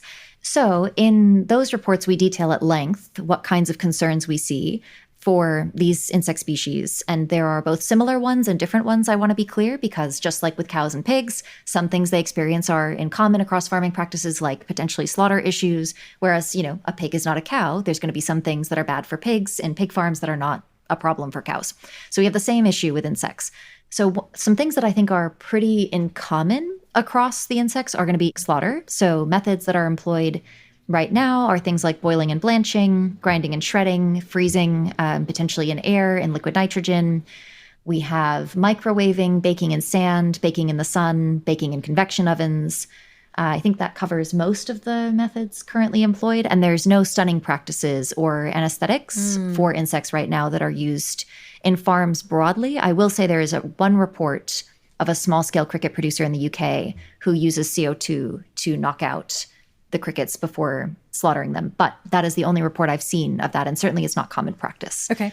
So this is an issue for, across species. In this paper, in all three of the papers, we try to delineate less versus more humane from among those categories of slaughter methods as kind of like two general buckets we can put these methods in, because of course, standard operating procedure is going to affect how quickly those methods occur and how painful they might be. And so without being able to account for what standard operating procedures are typical, we can't actually say for sure, this is good, this is bad. But I think there are some methods that are pretty clearly going to take a long time. So for example, microwaving is never going to be instantaneous. And we know that it's a heat-based method of slaughter. And we know that heat is one of the things that insects seem to respond to. And so unlike things where we might be more confused because insects don't respond to cold in ways that are clearly communicating distress all the time, and they don't respond, like we talked about before, to mechanical injury in ways that are clearly communicating distress all the time. We might have more uncertainty about things like that, just like whether they're actually painful or not. Yeah. But we're not as uncertain, I think, in the heat-based case. So methods like baking in convection ovens and microwaves are pretty clearly going to make it into the less humane category. Yeah. And how long do those take? That's a good question. And I don't have good answers for you on that because it's so SOP dependent. So like standard operating procedure dependent. So it depends on the amount of material or the number of insects that you're putting in. It depends on the shape of the machine. So imagine like a microwave that's shaped like a circle, and then kind of like you put in a bunch of layers of larvae and it spins them around with a little disc and is constantly kind of mixing them, versus a conveyor belt style that they're going through. The more layers of larvae there are, the longer it's going to take for those larvae, unless the power of the machine adjusts for that by being a more powerful machine. It can take minutes. I mean, that's for sure. On the microwaving case, it can take minutes. And that method, really, the way that microwaves work, of course, is those water molecules moving faster. And so it's sort of like boiling from the inside, right? Not ideal, potentially. Yeah, that sounds really horrible. I've conducted some work independently. My lab and Jeff Tomberlin's lab at Texas A&M University we've conducted a study that just got accepted at Animal Welfare. And again, you can find all the materials for this study as a preprint with a bunch of supplemental videos and things like that too. So that study is looking at humane grinding SOPs for black soldier fly larvae, where we basically try to determine what machine design constraints and larval body size constraints may matter for producing an instantaneous death using basically a meat grinder. And it turns out that under certain conditions, you can actually get to like a 99.4% likelihood of instantaneous death, which is pretty high. And if you do it wrong, you can get like a 58% chance of humane death. So it's important to consider the constraints of your machine. Mm-hmm. Yeah, because you can get a lot of variation otherwise. So I think more work on that is clearly necessary, because grinding is actually not probably a method that many producers will want to employ at scale. It oxidizes the lipids inside the animal very quickly, because you're basically spilling their guts to the environment, and that has some effects on product storage and quality. And so it's not probably a preferred method, although it could be good in depopulation situations where, say, you have a big outbreak of disease. You don't want to use your regular slaughter machinery because then it would get all gunked up with potentially those disease-causing microorganisms. Yeah. And so you might want some alternate method. This could potentially be explored, and I hope to explore it further as a humane depopulation strategy for the industry. Okay, how about disease? Do farmed insects suffer from insect diseases? So this varies a little bit across species. In crickets, disease has already been a huge problem. So one of the most popular crickets to rear, the house cricket, there's this Denza virus that has actually been such a big problem that it has caused the industry to switch to 2 other species, because it's caused whole colonies to collapse in both Europe and America. Not everybody has switched, but many facilities have switched to 2 other species of crickets that are much more resistant to this Denza virus. But crickets get a lot of viruses. Yeah, and I think we don't even have a good sense from some research talks I saw at this year's Entomological Society of America conference of how many diseases are out there. Like, there's way more than we realized across facilities. For crickets, mealworms can be susceptible to some diseases, but appear to be much less so than crickets from the reading that I've done and the reports that I've read. And black soldier flies have been touted as kind of the disease-free insect of the insects as food and feed space. And there's some reason for this that biologically is accurate, which is that they are filth-feeding flies by nature. So they've evolved in these very microbially rich environments, like filth typically is. And so they have all these antimicrobial peptides that are helpful for them in managing the likelihood of getting a disease from their environment. So there's good reason to suspect that they will be more resistant to disease. The problem, of course, is that anytime you start to rear an organism en masse, you almost inevitably end up with diseases developing that can take advantage of that circumstance. Right. And particularly if you start to see, inbreeding depression or like reductions in genetic diversity in your population, which are also sometimes common in farming situations where people are sort of, not constantly reintroducing genetic diversity. So we have started to see reports, the very first reports trickling in of major disease outbreaks for black soldier flies in the actual scientific literature. The first one was from this past year called soft rot. It kind of rots the body of the insect. Oof. So that was the first one. I believe it's bacterial. And that's the first one in the literature of an epidemic. But if you go to YouTube and kind of look at what producers are posting videos of, there have actually been older reports of producers of their colonies collapsing as a result of unknown diseases. And part of this is that we know so little about insect diseases, like just fundamental basic knowledge. We know so little about them. And so that makes it hard for producers when they're seeing particular, collapse problems to even know what might be causing it. Like, is it abiotic? Is it a disease? It can be very challenging to assess what's going on in these cases. Okay. And just to give a bit of color, Obviously, diseases are often bad. Some are worse than others. Do we have some kind of sense of what the more common diseases in these particular species are like to experience? I guess you've already mentioned one causes your body to rot, which potentially sounds horribly, horribly painful. Yeah. What else do you know about them? Yeah, that's a great question. It's very complicated because I don't think we have a good sense of what the insect's experience is in any of these cases, to be perfectly honest. I mean, we see a range of possible changes both to behavior and physiology. For example, lethargy is often quite common, or even paralysis happens, for example, in what's called cricket paralysis virus. So then they typically end up starving to death sometime after they end up paralyzed. So there's things like that. There's diseases that cause sepsis. And so insofar as we are willing to extrapolate from other animal cases, we would assume that these are unpleasant, many of these. I do also want to note, though, that there are many, so we have kind of really acute infections, and those tend to be what we notice because they cause big epidemics and kill lots of organisms and are really severe. And so those we might expect to be quite bad, but there are often many kind of like underlying latent infections where a disease persists in the population but doesn't seem to cause a ton of like negative fitness or, decreases in survival, changes in behavior. And so I think it can be something like those diseases might not typically be so bad, but then when some additional stressor happens, the temperature gets too high or, nutrition isn't quite right, then the animals suddenly experience an acute infection and things get really bad. So I think there's a lot to tease apart there on kind of the latent versus acute difference, where sometimes the same disease in a different kind of population phase could matter differently to the animal's experience. Yep. Okay. That all makes sense. Okay. So that's inhumane slaughter practices and also disease. What other kinds of things might these insects experience? Yeah. So then I think we start to get maybe into or interested in some of the more like species specific cases. So like what's different for, black soldier flies versus crickets or something like that. So there's going to be a lot of cases where we're talking about like inadequate nutrition or inappropriate like abiotic environments or inappropriate densities, things like that. So a great example of one of these phenomenon would be for adult black soldier flies. So there's this misconception that adult black soldier flies can't consume food. And this is actually not the craziest sounding thing. I see your face, but this is not the craziest sounding thing because in other farmed insects, this is a thing. So adult silkworm moths actually don't have functional mouth parts and don't consume food in the adult life stage. And there are species of insects that have this strategy where they consume mostly nutrition as a larva. And then when they turn into an adult, they actually don't consume food and they're focused like entirely on reproduction. So growth happens in the developmental period and then reproduction happens as adults. So it's not insane for people to think this. I just want to be really clear on that. The problem is that it's not true. So adult black soldier flies can consume food. They have functional mouth parts. They have a functional digestive system. If you feed them, it increases their longevity.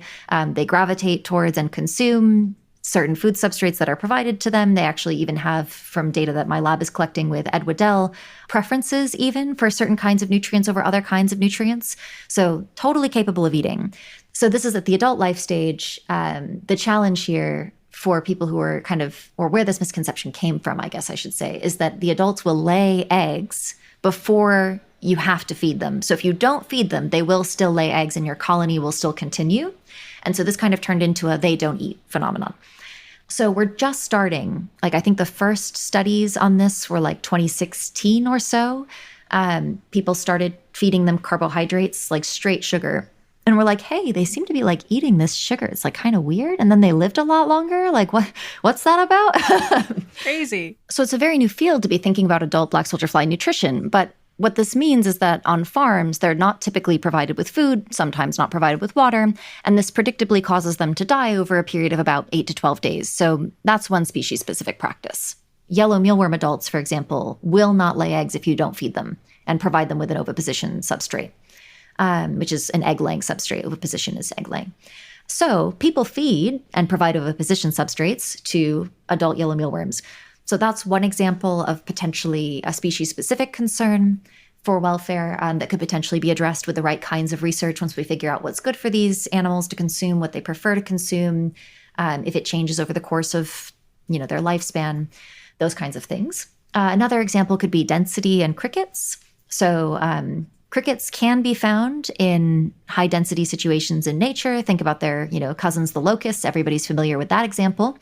So crickets, too, often are found in high densities in nature, but many of them have dispersal strategies that are based on density. So, for example, they might have small wings if they're in a low density environment, but they might develop big wings if they're in high density environments. And those big wings let them fly further away so that they can get out of that really bad density environment. That's just very cool. Yeah. Isn't that cool? Wing polymorphism is what it's called, where you can have more than one morph in the same species. So not all crickets do this, but some of the farmed species do, not all of them. You might imagine that we're rearing these crickets at pretty high densities. They may sometimes be developing these large wings that are indicative of a behavioral dispersal activity that they tend to perform if they were in nature. They are not going to be dispersing on farms. Dispersal is not an option. So we are constraining them potentially at densities higher than what they would prefer. And there are some, again, reports from producers that when you rear them at too high densities, you get cannibalism and increased aggression because this is another way to lower density, is to eat the other insects in your environment. Whoa. So then the density is lower. So, when densities are too high, it can lead to potentially suboptimal density control mechanisms like cannibalism. Now, again, we should, because all I like to do is talk about uncertainty all the time, we should mention that cannibalism causes mechanical injury. And we have some reasons to be skeptical about mechanical injury and whether or not that's truly a source of pain in insects. But certainly it's an avenue worth further investigation. And we think of one of the important components of welfare being the ability to express natural behaviors. So in this particular case, dispersal away from a high density environment might be considered a natural behavior for these wing polymorphic species when they're in the large wing morph and they're not being provided with that opportunity to engage in that natural behavior. That might also be independent of the concern of cannibalism concerning to us from a welfare perspective. Yeah, sounds totally plausible. Okay, what other categories should we be worrying about? So another possible category of concern would be thinking about the fact that all these species, at least at some life stages, are photophobic. So adult black soldier flies are the exception here. They actually like plenty of light in their environment. It's important for mating. But everybody else, larval black soldier flies and adults and nymphs or larvae of the other species, are going to be photophobic. And this means basically light afraid, if you will, photophobic. So this doesn't mean that you shouldn't ever have light as part of like setting their circadian rhythm, but it means that, light can be really stressful for these animals when they experience it directly. So you can imagine that there are many times where these animals might be subjected to light stress as a result of their handling and rearing. So for example, as part of routine activities, you're sifting through the substrate that the mealworms are in to turn it over and check that they're all healthy, and you're subjecting them to light while you do that. For crickets, one of the harvesting mechanisms is actually to kind of dump them all into a bin that has a little escape hatch from it into the collection bucket. And then you shine a bright light on the other bucket so they all run into the collection bucket. And that separates the dead ones from the live ones and the live ones from any other materials like, frass, which is insect poop and stuff like that might have otherwise been collected and made it into the final product. Oof. So that's one way of trying to use their natural desire to escape light conditions to move away from that and go into this collection environment. One of several ways of potentially controlling the movement of that species. So I think that's another area of concern. And I should be clear that not all these concerns are present on every farm or facility. Like we discussed, there's a lot of variation. Yeah. So some of them I think are really common, like the inhumane slaughter problem, I think is one that's probably, just because we know so little about how to do it well, shared across many, many facilities. But I think other things might be, I know of producers, for example, who use red lights when they're handling their insects. So insects cannot see most insects, probably all, but I'm going to say most because of the diversity problem. Maybe I don't know one. Most insects don't seem to be able to see red. Certainly all the farmed species cannot see red light. And so it's sort of like if you shone a near IR light on me, I wouldn't be able to see it. So if you use red lights, the humans can still work safely in the environment by being able to see, but the insects can't see it. That's one way to improve conditions for photophobic species during handling. So I know some facilities that are already doing things like that to try and improve conditions for the animals. Nice. Okay. And just as a side note for people curious, how should I, if necessary, humanely kill an insect? in my home? Oh, great question. So it sort of depends, like everything that I say on this topic. So the first thing is if it's a really, really, really small insect, probably honestly the best thing you can do is squish it really fast, like really fast. Just whole nervous system, done. I know that doesn't feel good, but honestly, it's probably like the safest with the knowledge we have right now on how to do it. Then we start to get into debate territory. So many entomologists would recommend to you that you put the insect in a freezer and let it cool down until it dies. I have some concerns about this where I would want to see further research to address them. The first is that the idea here is that because insects are ectotherms, you're just sort of slowing their metabolic rate until they lose consciousness and then they die of being cold after that. This is true, and yet veterinarians do not recommend that we freeze other ectotherms to death, like fish or lizards. It's not appropriate. And one of the reasons for that is that the periphery cools at a different rate than the kind of internal system cools. Now, insects are often, although not always, as we've discussed, much smaller bodied. So you might imagine that the periphery and the central part of the nervous system cool at a much more similar rate. But also, we don't actually know a lot about how insects experience cold. And I mentioned earlier that, we know that heat seems to be a problem for them. We know much less about cold. One big issue there is that most of the behavioral studies that we do, looking at how insects respond to heat stress and cold stress, rely on behavioral indicators. And insects' muscles can move when they're too hot. They can still move their muscles and kind of like until they hit that lethal point. Right. As they cool, their muscles, there's a locomotor confound where their muscles stop working potentially before their nervous system stops sending signals to try and get the muscles to work. It's sort of like when your fingers and you're too cold and your fingers stop really being able to move, even though your brain's still trying to get your fingers to move. We don't know when that's happening for insects because they can't tell us when they're not moving because their nervous system has shut down or when they're not moving because they can't get their extremities to move. And we do have some evidence that concerns me that cold could be painful. Some of it is from unique nocifensive behaviors evoked in fruit fly larvae in response to cold. Some of it is reports from producers on crickets and trying to escape. When they put them in the freezer, they like all try to escape from it. Some of it is, I think this idea that cooling too rapidly seems like something that would be bad for insects. And so there's sort of like an adaptive value for them to avoid cooling too rapidly. Whereas potentially cooling very slowly, like you imagine insects might go through each day even kind of a warmer period and a cold period, day and night, right? So we shouldn't necessarily expect all cooling regimes to be painful to them. Because imagine, like we talked about with the naked mole rats, if your environment was constantly painful to you and there was nothing you could do about it, it's not helpful information for you adaptively. So if insects are constantly warmer and then cooler, slow warm cool cycles might actually give them enough time to physiologically adjust to the temperature change for it not to be painful or perceived as painful. But I think we need more research on that. What rates of temperature change are better or worse? So there's just a lot of open questions for me on the freezing side of things where I'm a little skeptical of the entomological community recommendation of just pop them in the freezer and it's all okay. So I can't tell you that it's bad, right? Because I don't know that it is. I'm just saying I'm questioning. Okay, so that's our nice digression about that. I'm so sorry. No. Yeah. It's a very commonly repeated refrain, and so I have lots of thoughts about it. The last thing I'll say is boiling and blanching. If you're doing a single insect at a time, and they are smaller bodied species, so not like really big cockroaches, I would not recommend this for. But I have tested myself the body temperature of a black soldier fly larva if you drop them one at a time into boiling water for 1 second and pull them out, and they are well above their critical thermal maxima and are dead, is what that means, 1 second after being dropped in boiling water. So if you for some reason are unwilling to squish the bug, I guess that's what I'd recommend next, but squishing is probably your best bet. Okay.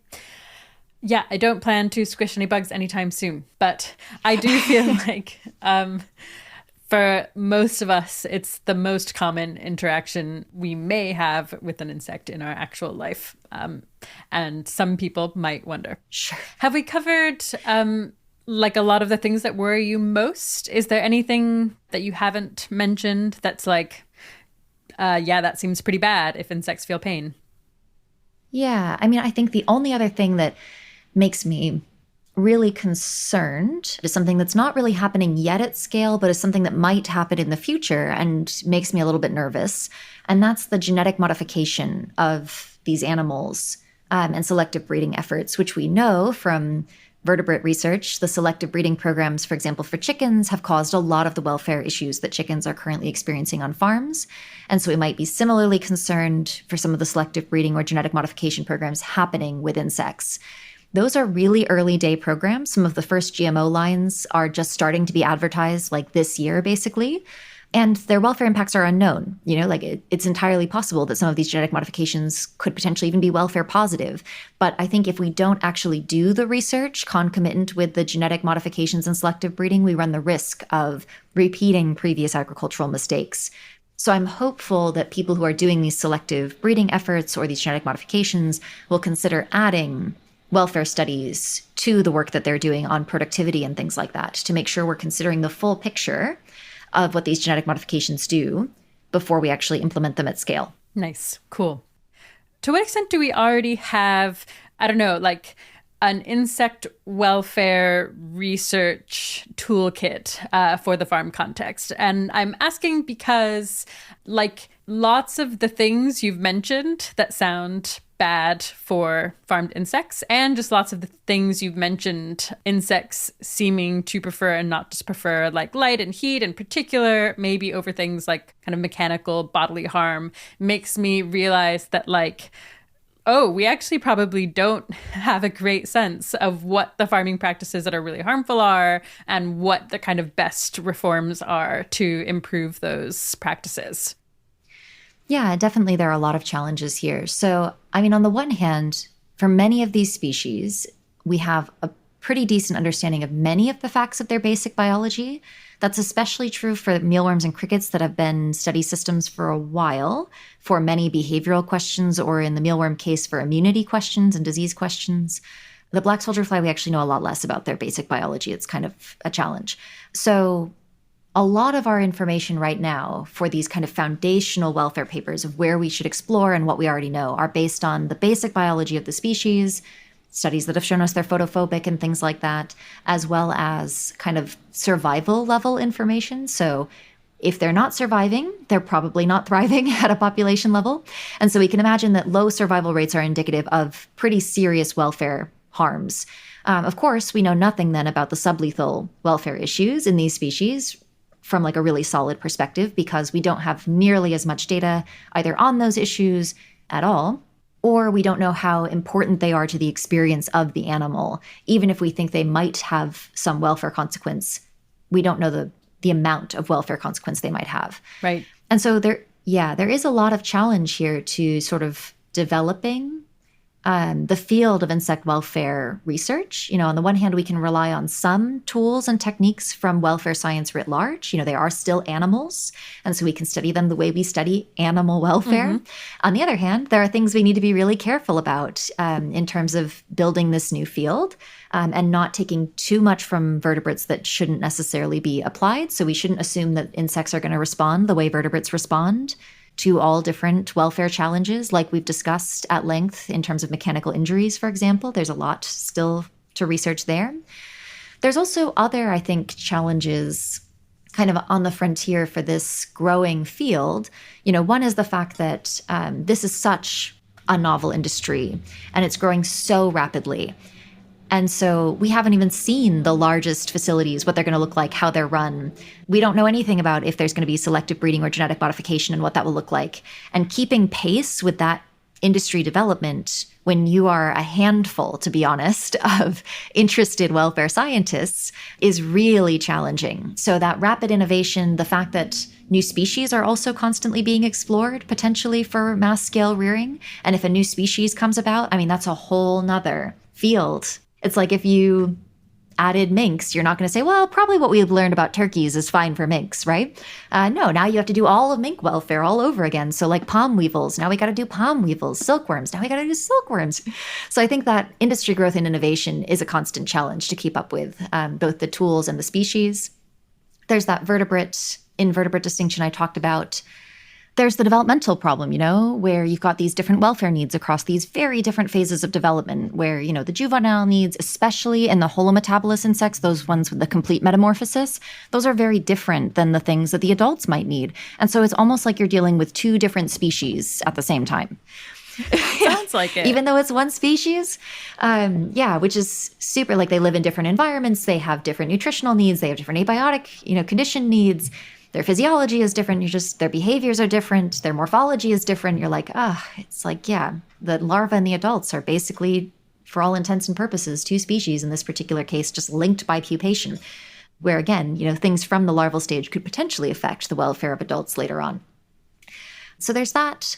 I think also one challenge that we face is kind of a bigger level outside of the science, but more societally, is the interspecific trade-off question.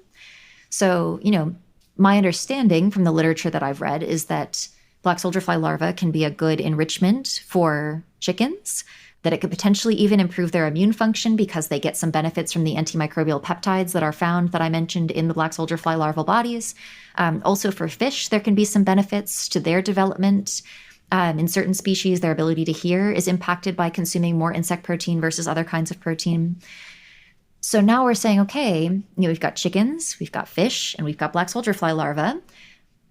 How do we feel about that interspecific welfare trade-off between those different species? And I think that's going to be really complex to untangle because we need to know more about the degree of welfare harms of anything we think is a welfare harm for these animals and the degree of benefit of the welfare positives we see for the fish and the chickens in this case before we can really make that determination. And we're so far from that, even in some of the vertebrate species, especially fish, that it makes it really challenging to know how to proceed in that case. Yep. I hate that research question. I nominate someone else to take that on. Correct. Were there other challenges? Let's see. I think the scale question, if we go back to thinking about that, it produces also a challenge. So you're rearing many, many, many, many, many more animals. And you're going to get, because they're insects of this particular set of species, their generation time is relatively rapid, very rapid in the case of the black soldier fly, slightly less so in the case of the mealworm, but still rapid enough compared to like a chicken or a cat. So rapid generation times in these relatively isolated facilities leads to significant population divergence, where like if you and I were both insect farmers, you had a facility, I had a facility, our facilities aren't exchanging genetic material between our populations. Potentially we're both rearing our own insects, and we're rearing them under different conditions. Like maybe you provide them with water more often than I do. What that means is we have created little ecosystems where we are exerting selective pressures based on our choices, our farming choices, onto our populations, and they will begin to diverge. Right. That's wild. Yeah, exactly. And so this is a problem we have in lab environments when we rear insects, where you might get, everybody's using Drosophila, but their lines have diverged so much from each other over being reared in the lab for 50 years on this super short generation cycle that you start to see differences in the populations depending on how they're reared. And we try to accommodate that in labs by rearing them as similarly as we can. But of course, producers are trying to innovate. They're trying to find ways to be different from the competition and improve their practices compared to the competition. And that may lead to this divergence over time in the industry as conditions are different. So now let's say you're an independent welfare scientist and you're like, let me provide the industry with a recommendation for the temperature for rearing mealworms. And I provide that recommendation to you and to me. It's possible that's a great recommendation for my facility. My mealworms might do phenomenally, but maybe you were rearing your mealworms at a temperature 10 degrees lower than me for the last 20 years. And so your mealworms don't do great when you raise the temperature 10 degrees. And I've now given you a bad welfare recommendation because I didn't take into account the differences between the study populations and the resultant producer populations. So there's variability. Yeah, that feels super surprising to me and isn't something I'd considered at all. But I'm curious, does the amount of differentiation that can happen over these timescales make that big of a difference? Is it possible that you could end up with populations that prefer such different temperatures that one could have much worse welfare than another? This is a good question. I'm not sure on the temperature case how strongly I would say for that variable. I think for more multifaceted situations, I think it gets more reasonable to assume that the genetic differentiation question matters a lot. Okay. So, for example, nutrition could matter a lot, like nutrition and hydration, things like that. And there's one study that was conducted in mealworms where they collected strains from a bunch of different production facilities and demonstrated that they grow and survive very differently under the same nutritional and hydrational regime because of these differences. You might get 10 or 20% differences in survival, which when you're talking about this number of animals is a lot of difference in survival. Yeah. So I do think there's cause to be concerned that, yes, this variation for some variables is going to matter more than for others. I'm not sure where I'd put my certainty on the temperature piece of it, but I do think the evidence so far bears out that density, nutrition, and hydration can all be significant in this way. Okay. Yep, that makes sense. And those sound like incredibly difficult challenges. So it does sound like you're almost on hard mode. You've got like orders of magnitude more species, and then each species has like different subspecies in effect because of this aging thing. The different populations. Different populations also create different species almost. So you have your work cut out for you. And even, just to like really complicate it, also imagine within a population changes over time, right? Where maybe I study the population in 2002, but that recommendation, because of this internal selective environment, is no longer good by 2022. And we see this, there's been examples of rearing crickets where they actually increased their aggression in response to being reared at high density. And so the density recommendations you can make to get aggression to a manageable level in crickets of the latter population versus the earlier generations of that same population would be different. So it's just, and I think that's probably an issue that, is not just seen in insects. You're going to see that in chickens over time and cows over time, but you're going to see it much more rapidly happening in insects because of the rapid generation times of these species. So your divergence just happens a lot faster. Yep, that sounds really hard. Yeah. Thinking about potential solutions, is there like a single potential reform that you would be most excited to see implemented in one of these sectors? Yeah, I think for me, the most exciting and feasible, because I think I'm excited about feasible things. And so when I think about feasibility, I think the main questions of interest to me are about stunning and slaughter and depopulation. So depopulation, I think one of the easiest things that we could potentially recommend to producers is things like, this is a waste population, if you will, because you're not going to be selling them as product. Let's find a way to kill this population quickly and reduce their suffering. And if it's inexpensive and not labor intensive, should not be a hard ask of the industry. In my view so far, obviously I need to talk to more industry people about that, but I think it's one of the more feasible requests that could potentially dramatically improve welfare for a population of animals we believe is suffering from some kind of disease or other inadequate condition, which is why they need to be disposed of. So in that case, I think although we still want a little bit more data on grinding as a method of depopulation, I think I feel reasonably confident that we could recommend, especially for black soldier flies, some standard operating procedures for grinding for depopulation that would probably improve things for those animals being depopulated. So that's one area I think is important and potentially feasible. I think the next area is not as feasible yet, but is likely to become feasible most rapidly, and that's stunning and slaughter, where we don't know what we're doing yet. So I don't recommend anything precisely at this moment in time, other than maybe really don't rely on those super inhumane methods like microwaving. Like maybe we should be moving away from those. But I don't have a solid recommendation for what we're moving towards yet, which I understand is a problem. But I think the research will come out soon-ish on those topics, like more than on other topics. The research will come out on those. Nice. And then they should be probably implemented by producers, in a species-specific standard operating procedure kind of way to improve that. Because again, I think also consumer interests are going to drive interests in humane deaths for these animals. So it's advantageous both for the animals and for the industry to take that issue seriously once the empirical data is there to support better practice. Nice. I think the last one is like a little self-serving because I'm just really interested in it.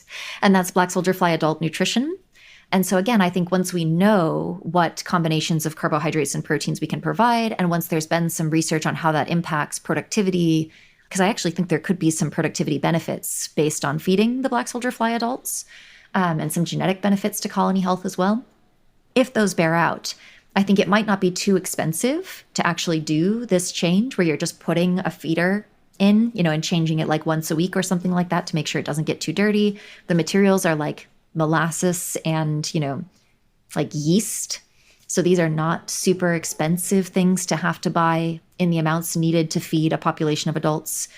So I think that's something I'm excited about too, that I think could potentially, once we figure out how to integrate that with producer processes and figure out how to do humane culling of adults, because now the problem is that they're going to live much longer past their kind of age of optimal reproductive viability. So I think that's another area where I'm excited to partner with producers, and have been talking with producers about how we can maintain the, efficiency of their processes, but be more humane for the animals as well. Great. Okay, nice. Yeah, I guess it seems kind of like we might be at this kind of pivotal-ish point in the kind of rise of this industry, such that it's at least plausible, and correct me if I'm wrong, that welfare practices might be more malleable because we haven't gotten these massive farms. And so before we have those, it would be good if we had more confidence in our guidelines about which practices they should try to adopt. And they haven't already invested in all of the machinery such that it would be like really, really, really hard for them to change all of their practices if you came out and realized that some practice was particularly bad. Are you hopeful that these kinds of reforms could be put in place before the industry gets, potentially many orders of magnitude bigger and kind of established and inflexible?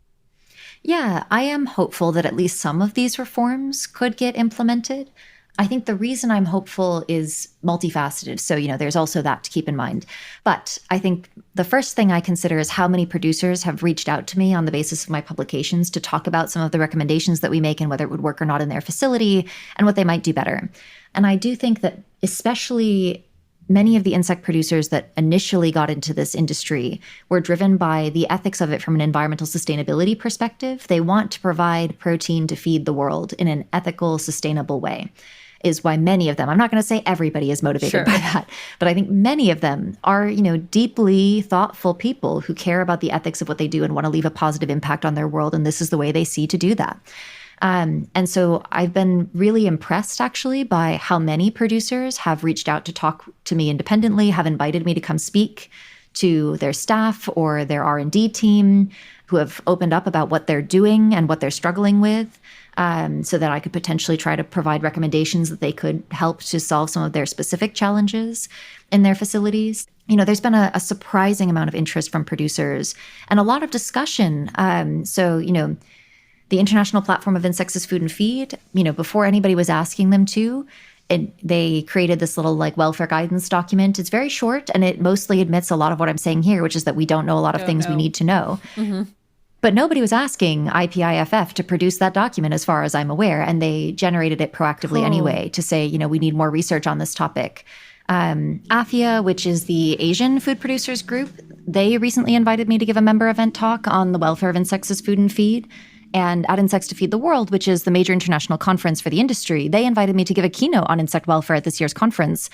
It's also in my work with the NSF Center for Environmental Sustainability through Insect Farming. Our industry advisory board actually led the charge for creating an animal welfare committee this year that I now chair, and we have a lot of exciting work planned there too. So I think it's a topic that a lot of people, especially the trade organizations, are taking seriously, want to know more about, and are being, interested in having productive dialogues on what's feasible, what we know, what we don't know, how they might help us figure out what we know. Yeah, I have some hope for that. I do think it's inevitable that the science is going to progress slower than we would want it to, because that is how science tends to work. And so we're going to miss some key moments where, we will provide recommendations after the industry has settled on some kind of potentially low welfare standard practice. That seems inevitable to me. And then we'll be asking people to make potentially expensive changes, and that will probably be a more challenging conversation. But I think right now, because there's flexibility in facilities being built, the industry is so innovative and new, and many folks are interested in this conversation, there's been a lot of positive discussion on what we could do better at this time. Yeah, that actually is a great segue to the kind of motivation behind the rise of the industry, which we haven't really talked about yet. And my sense is that it's in many cases, very kind of humanitarian and environmental in its origin, where I feel like, maybe it was the FAO put out this report saying that insect farming could be really, really phenomenal for the environment and for global food security. And I think it was the UN that promoted it as a way to feed something like 10 billion people by 2050. Yes, that's right. Yeah. Okay, nice. So can you explain exactly the case that these producers are making for insect farming, which it really seems like they're promoting it as like a massive solution to a bunch of different world problems? So I can do my best. I would say I am not like a sustainable agriculture scientist. I am somebody who focuses on organisms and their biology. So I know some of the general facts, but it's really just kind of knowing the general facts, and I can't do a super in-depth job. But I will do my best with the general facts I know. So basically, we have all this super unsustainable vertebrate agriculture that I'm guessing people are pretty aware of. It's because of the gas production from those animals and the land usage of those animals and the water usage and feeding them plants, which we then also have to grow to feed to them for them to be fed to us, et cetera, et cetera. So we all are pretty aware that animal agriculture is not very sustainable the way that we are currently practicing it. And also, it can lead to challenges with food security because not everybody has adequate access to the kinds of resources needed to produce protein in the requisite amounts. This is especially true for folks in low and middle income countries where they may have fewer resources available to them to generate the kinds of protein they need to sustain their populations. So, okay, how can we try to solve this problem? Because we certainly don't seem to be having fewer people. So what do we do?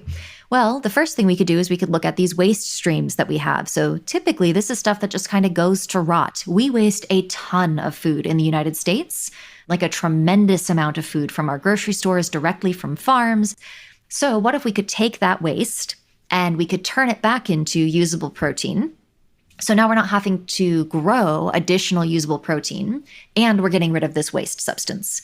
So that's sort of one of the promises of the industry, and especially for the species like the black soldier fly. There are other potential substrates that can be reclaimed by the yellow mealworm, for example. It appears like they may be able to reclaim what we call mycotoxin-contaminated grains. So mycotoxins are these toxins produced by fungi or fungi, depending on how you prefer to say it. And they're very dangerous to vertebrates. And so if we have grains that are contaminated that way, we typically tend to waste them. But it appears like insects may be able to eat them and then, again, turn their bodies into protein that we can feed to vertebrate livestock without it being dangerous for the vertebrate livestock to consume them. There's the fact that, we are overfishing. And so if we could replace some of fish meal with insect protein, that might also, again, be beneficial for some environmental reasons, just from, again, like kind of a biodiversity and conservation perspective.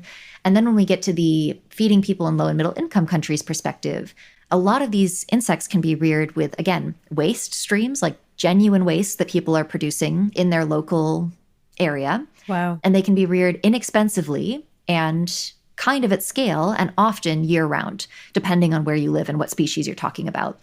And that's why in many countries, actually, insect farming has a long history, like in rural Thailand, for example. This is a protein source that is accessible to these folks all year long in many cases, and without needing to worry about, kind of like expensive rearing equipment and machinery or, expensive even just animals themselves, because like it can be expensive to buy a cow in some of these countries. And then you have to wait a long time for that cow to get big enough to eat it. And then you got to do something with all that meat that you get one time when you harvest, slaughter.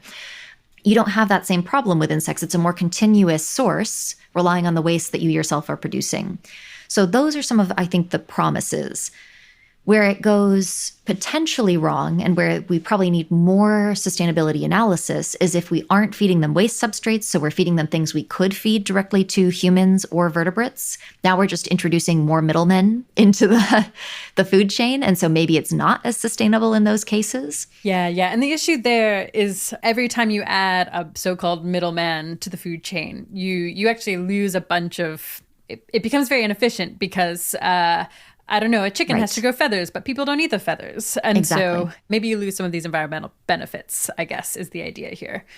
Exactly. Okay. Yeah, because of the increased inefficiency. Exactly. So that's one potential challenge, is if we're not eating them ourselves, if we're not feeding them on waste substrates and are instead feeding them on things that could be fed to humans or other vertebrates. That seems like a big issue because...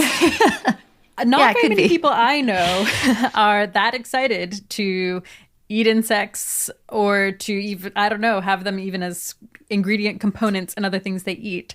And I know that my experience is an experience of a person growing up in the US and living in the UK, and that is not the same everywhere in the world. For sure. Some people are very happy to eat insects, yep. But it's a pretty big part of the world that I think is not thrilled about the idea. And so it seems like a huge limit to those potential benefits if you end up, I don't know, majority or even just like a large proportion of these insects are fed to middlemen like chickens and cows. Yeah. And again, that's based on, if those waste streams can or can't be reclaimed other ways, and also if we're feeding them based on a waste stream too, right? So like waste stream versus product that is accessible to vertebrate consumption will change the calculations there a bit, but you're right. Basically you're right. And as far as the dietary preferences thing, I am not a sociologist, or I guess whoever you would need to be as an expert on human behavior. I do think it's interesting that other invertebrates, we've seen significant shifts in dietary preferences. So for example, lobster for a long time was like, ugh, I would never eat that rat of the sea. And then people were like, lobster, fine dining. Mm-hmm. So we know that dietary preferences shift. Whether or not that will happen in the insect case remains to be seen. Right now, there's certainly a novelty item for human consumption in the West. Not so much in other countries, but in the West. Yep, makes sense. So it sounds like this industry does have some promise, but also there are going to be a bunch of complicating factors that could totally flip the sign. Like in practice, do life cycle assessments show that the industry is actually more sustainable than the other things we could choose to be doing?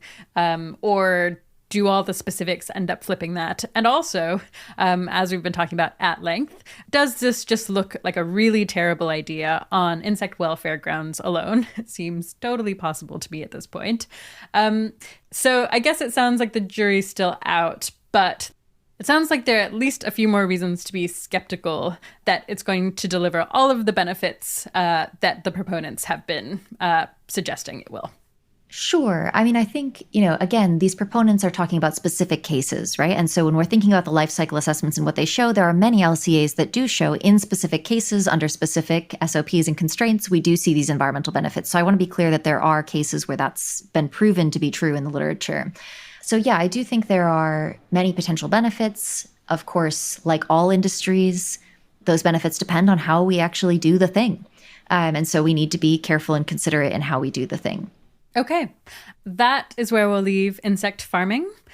Let's talk a bit about how people can use their careers to work on this problem. If someone is inspired to work on insect welfare, what kinds of work needs to be done? What's the need? Oh, we need so much. So much. Okay, so I mean, if you are somebody who wants to use your career to work on insect welfare, for sure, we can find a way to use your skill set and expertise, because it seems like every area we could use folks right now.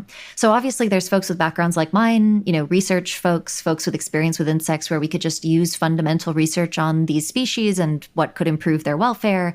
Even just like basic research on their behaviors could actually be very valuable, because like I mentioned for the black soldier fly, we know almost nothing about its natural behaviors, which makes it really hard to know when we're providing opportunities for natural behaviors in farms or not. Which is an important component of welfare. So there's that piece of it, the research piece. I do think the questions about can we incorporate welfare into our LCAs to kind of get at what you were saying about, is this good or bad, even just from a welfare perspective? I would argue you should incorporate the sustainability and the welfare benefits together somehow. So can we incorporate sustainability and welfare into an LCA and then see how it comes out? That might be a better way of doing it than just considering each part piecemeal. Some economists could be really helpful for that. Obviously, we could use people on the insect sentience side of things who are neurobiologists, consciousness researchers, pain researchers, et cetera, that don't even necessarily have a background in insects, but could start working in that model because they have such valuable information stores and skills available to them. Let's think about people who generate various kinds of content for a living. All of those people could also be really valuable because, as we have discussed a lot, there are so many incorrect assumptions about insects and intuitions about insects that need to be overcome. And this could actually help not just from the welfare perspective, but also from a conservation of insects perspective, because there has been a lot of discussion about biodiversity loss in this group. And there's reasons to be concerned about that independent of the welfare concerns for our world. So you might imagine if you're somebody who works on generating content for the public, this is a great way to educate the public to be more aware on these kinds of concerns that have to do with this group of animals that are very poorly understood. And again, from both a welfare and other potential aspects, just dealing with the fundamental lack of awareness about insects is valuable, in my view, as an entomologist who loves insects. So I think it's like, if you are a producer, being able to lead conversations in your community, whether that's like your facility, your R&D team, your trade organization, saying, hey, this is probably something we should start taking seriously. Let's have a conversation about how we could do that and what's feasible for our industry or our organization at this time. That's also a great place to start. And some producers have already begun to do that. Yeah, I think there's just like room for everybody, to be honest, with any skills that you have to be able to do work that would be relevant to this area. Great. Okay. So everybody who is listening, who wants to work on this, everybody, there is something you can do properly. That's right. Yeah. And it also just seems like you are doing a bunch of not just object level research, but also kind of investing and trying to grow this as a field. And a key thing that you're doing is running the Insect Welfare Research Society, which, as I understand it, aims to support kind of the global insect welfare research community and also kind of the incorporation of evidence-based information on insect welfare into policy and practice by these kind of relevant stakeholders. So can you say more about what exactly the Insect Welfare Research Society does concretely?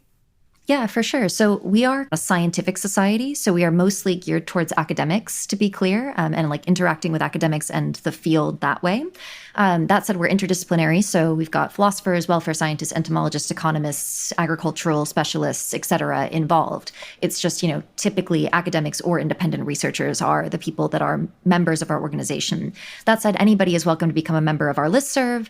Our listserv, we send out a monthly newsletter where we highlight brand new research in the field, either philosophical and theoretical work, economic work, welfare science and empirical work, anything like that we think might be relevant to the community, as well as opportunities for things like funding or small meetings and presentations, research opportunities, things like that.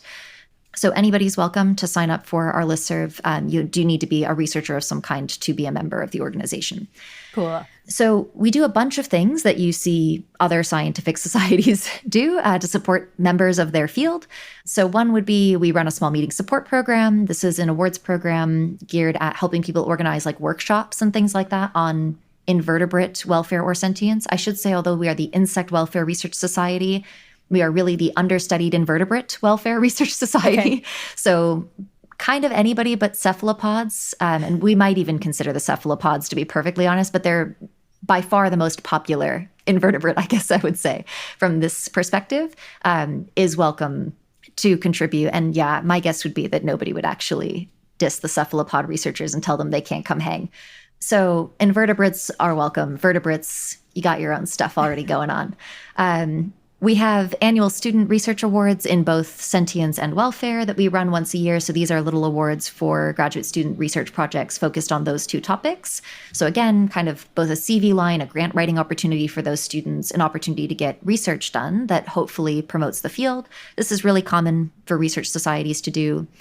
Let's see what else. We have a research library. So one thing we're interested in doing is providing resources that can help the community and its membership kind of grow in their awareness of the topic, find resources that are valuable for their research and things like that. Because one problem with insect welfare is that it's spread out among all these disciplines, and there's not really been a home for it before. So there's a surprising amount of relevant literature. It's just scattered, and finding it can be a challenge. So we've tried to bring it all into one place, our research library, which is about 400 studies now on invertebrate sentience and welfare that, again, anybody can search through that research library to find studies of interest to them with keywords that we've tagged. So if you're interested in the evidence, that's a great place to start. We've created other resources too. So one thing that we created is a power analysis guide that was created by our coordinator of research programming, Dr. Craig Pearl, who's a fantastic insect neurothologist. So this guide is to help people reduce animal use in lab settings by doing some statistics in advance to determine how many animals they actually need to use for a study. So this is pretty common practice for a lot of vertebrate research, but not common practice at all for invertebrate research. And this guide is meant to help like graduate students who maybe aren't super statistically savvy figure out how to do this for their studies. So that's available on our website. Super cool. Yeah, it's a great guide. He did a phenomenal job making it really understandable and accessible. And yeah, just a way to improve our practice as research entomologists. We have some of the I believe the very first guidelines for protecting and promoting insect welfare in research settings. So we created those. They're available on our website. We update them every year. And we should be releasing also one on aquatic invertebrates this year too. For aquatic invertebrate researchers, Dr. Andrew Crump actually led that initiative to create that. We host research seminars every other month that are virtual. They're open to the public, so you can come listen to scientists and philosophers and economists and welfare scientists talk about their research that they're doing related to this area. Yeah, we do a lot of things like that. We try to connect collaborators. We try to connect stakeholders with experts to assist with their projects. So just connecting relevant parties to make sure that, the evidence is really making its way to the people who are going to use that evidence for their work and that conversations are being steered in an evidence-based way. And yeah, eventually we hope to grow even more than where we are now. We actually started in 2023. We kind of went live in May. So we're very, very new. But our hope is to eventually start holding conferences and small meetings like you see other kinds of professional societies once we have enough ongoing active research to be able to support our membership in that way too. Mm-hmm. I mean, that just sounds fantastic. That was so many benefits or offerings. I wasn't expecting there to be quite so much. Do you need funding? If anyone listening is like, ooh, I really wish I could help, but I don't know anything about insects and I'm not interested in changing my career, is donating an option? Yeah, for sure. So there's a donate button on our webpage. You can go there. We are 501c3. So for sure, absolutely, we are happy to accept donations. And we're also happy if you want to kind of earmark them for particular initiatives. So you want to support our student research awards or something like that. I'm very happy to see that too. Of course, our staffing costs are how we get these things done. So, undefined donations are also very welcome. But I think basically funding just helps us accelerate our ability to achieve particular goals. And accelerating research, I think, is actually really essential right now. So we would be very, very grateful for anybody who considered donating to the organization for sure. Okay, before we wrap up, this has been an especially in-depth conversation. So if you wanted someone listening to take away a single thing from this episode, what would it be? A single thing? You're only going to give me one thing from the whole episode. That is not a lot of things that I get to share. So yes, okay, one thing to take away from this episode. I think what I would say is don't trust your intuitions, keep learning. I feel that way about my own journey in this space, that I had intuitions, even as somebody who knows a lot about insects, that have proven not to be very good intuitions in a lot of ways. And I also had intuitions about vertebrates that have proven not to be good intuitions in a lot of ways. And I think this is just a really complicated area. I mean, hopefully we've discussed some of that nuance with enough detail that you can see how complicated each and every piece of evidence actually is in the value that it provides to the discourse, what we actually know about consciousness, etc. So if you have intuitions about insects, I hope that you'll consider kind of reaching out to experts or doing a lot more research into the field instead of trusting those intuitions, because they probably are unlikely to be borne out the way you think they will, and they can be complexified and made more nuanced. And it will be important for your understanding of the plausibility of insect sentience and what their welfare concerns might actually be. And a great way to do that, of course, would be to join the listserv of the Insect Welfare Research Society or take a look around our research library as ways that you can continue your education over time on this, ever-evolving, very novel, complicated, high uncertainty area. Nice. Okay, we've got time for one final question. So this is a very selfish question. I just want to know, what is your favorite insect-related fun fact? Oh, didn't I give you so many great insect fun facts? You gave me so many, but I want to know your favorite. So I think what I'll do is I will give you a non-insect fun fact, because we've done so many insect fun facts and I am constantly sad at how underappreciated all of the other arthropods are, especially like the non-decapods, non-insects. Like you get the poor myriapods and chelicerates. are just so unloved, and there's no reason for it. They're so cool. Poor things. Those poor things, am I right? So let's talk about spider brains for just a minute. I think when I learned this fact about spider brains, it absolutely blew my mind. For spiders, when you look at their brain, the part of their brain that we call their subesophageal ganglion, and it's named that because it's below the esophagus, so subesophageal. It literally looks like a little spider inside of a spider. It's rad. It's got little tiny bits that go into each of the legs, and so it's got like a little 8-legged brain inside of it that I just think is so cool looking. And then it has more little projections for its mouth parts, basically. But yeah, it just looks like a little tiny spider living inside the spider. And this is cool because insect brains actually don't look like little bees inside bees. How disappointing. But the spider brain does, which is pretty cool. So that is really cool. Yeah, give the spiders some love. They can dance. You should look up some videos of spiders dancing. That's also very cool that they do, and give them some love. That is so cool and a great way to end. My guest today has been Meghan Barrett. Thank you so much for coming on the 80,000 Hours podcast. Thank you so much for having me. I really appreciate the opportunity to just talk at length about all my favorite bug facts. If you enjoyed this episode, I also want to recommend our recent episode with Bob Fisher on comparing the welfare of humans, chickens, pigs, octopuses, bees, and more. And if you're curious to learn more about consciousness and sentience in general, I really recommend you go back and listen to episode number 67 with David Chalmers on the nature and ethics of consciousness.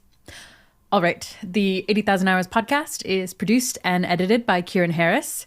The audio engineering team is led by Ben Cordell, with mastering and technical editing by Mila McGuire, Simon Mansour, and Dominic Armstrong.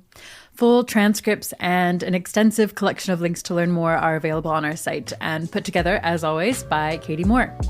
Thanks for joining. Talk to you again soon.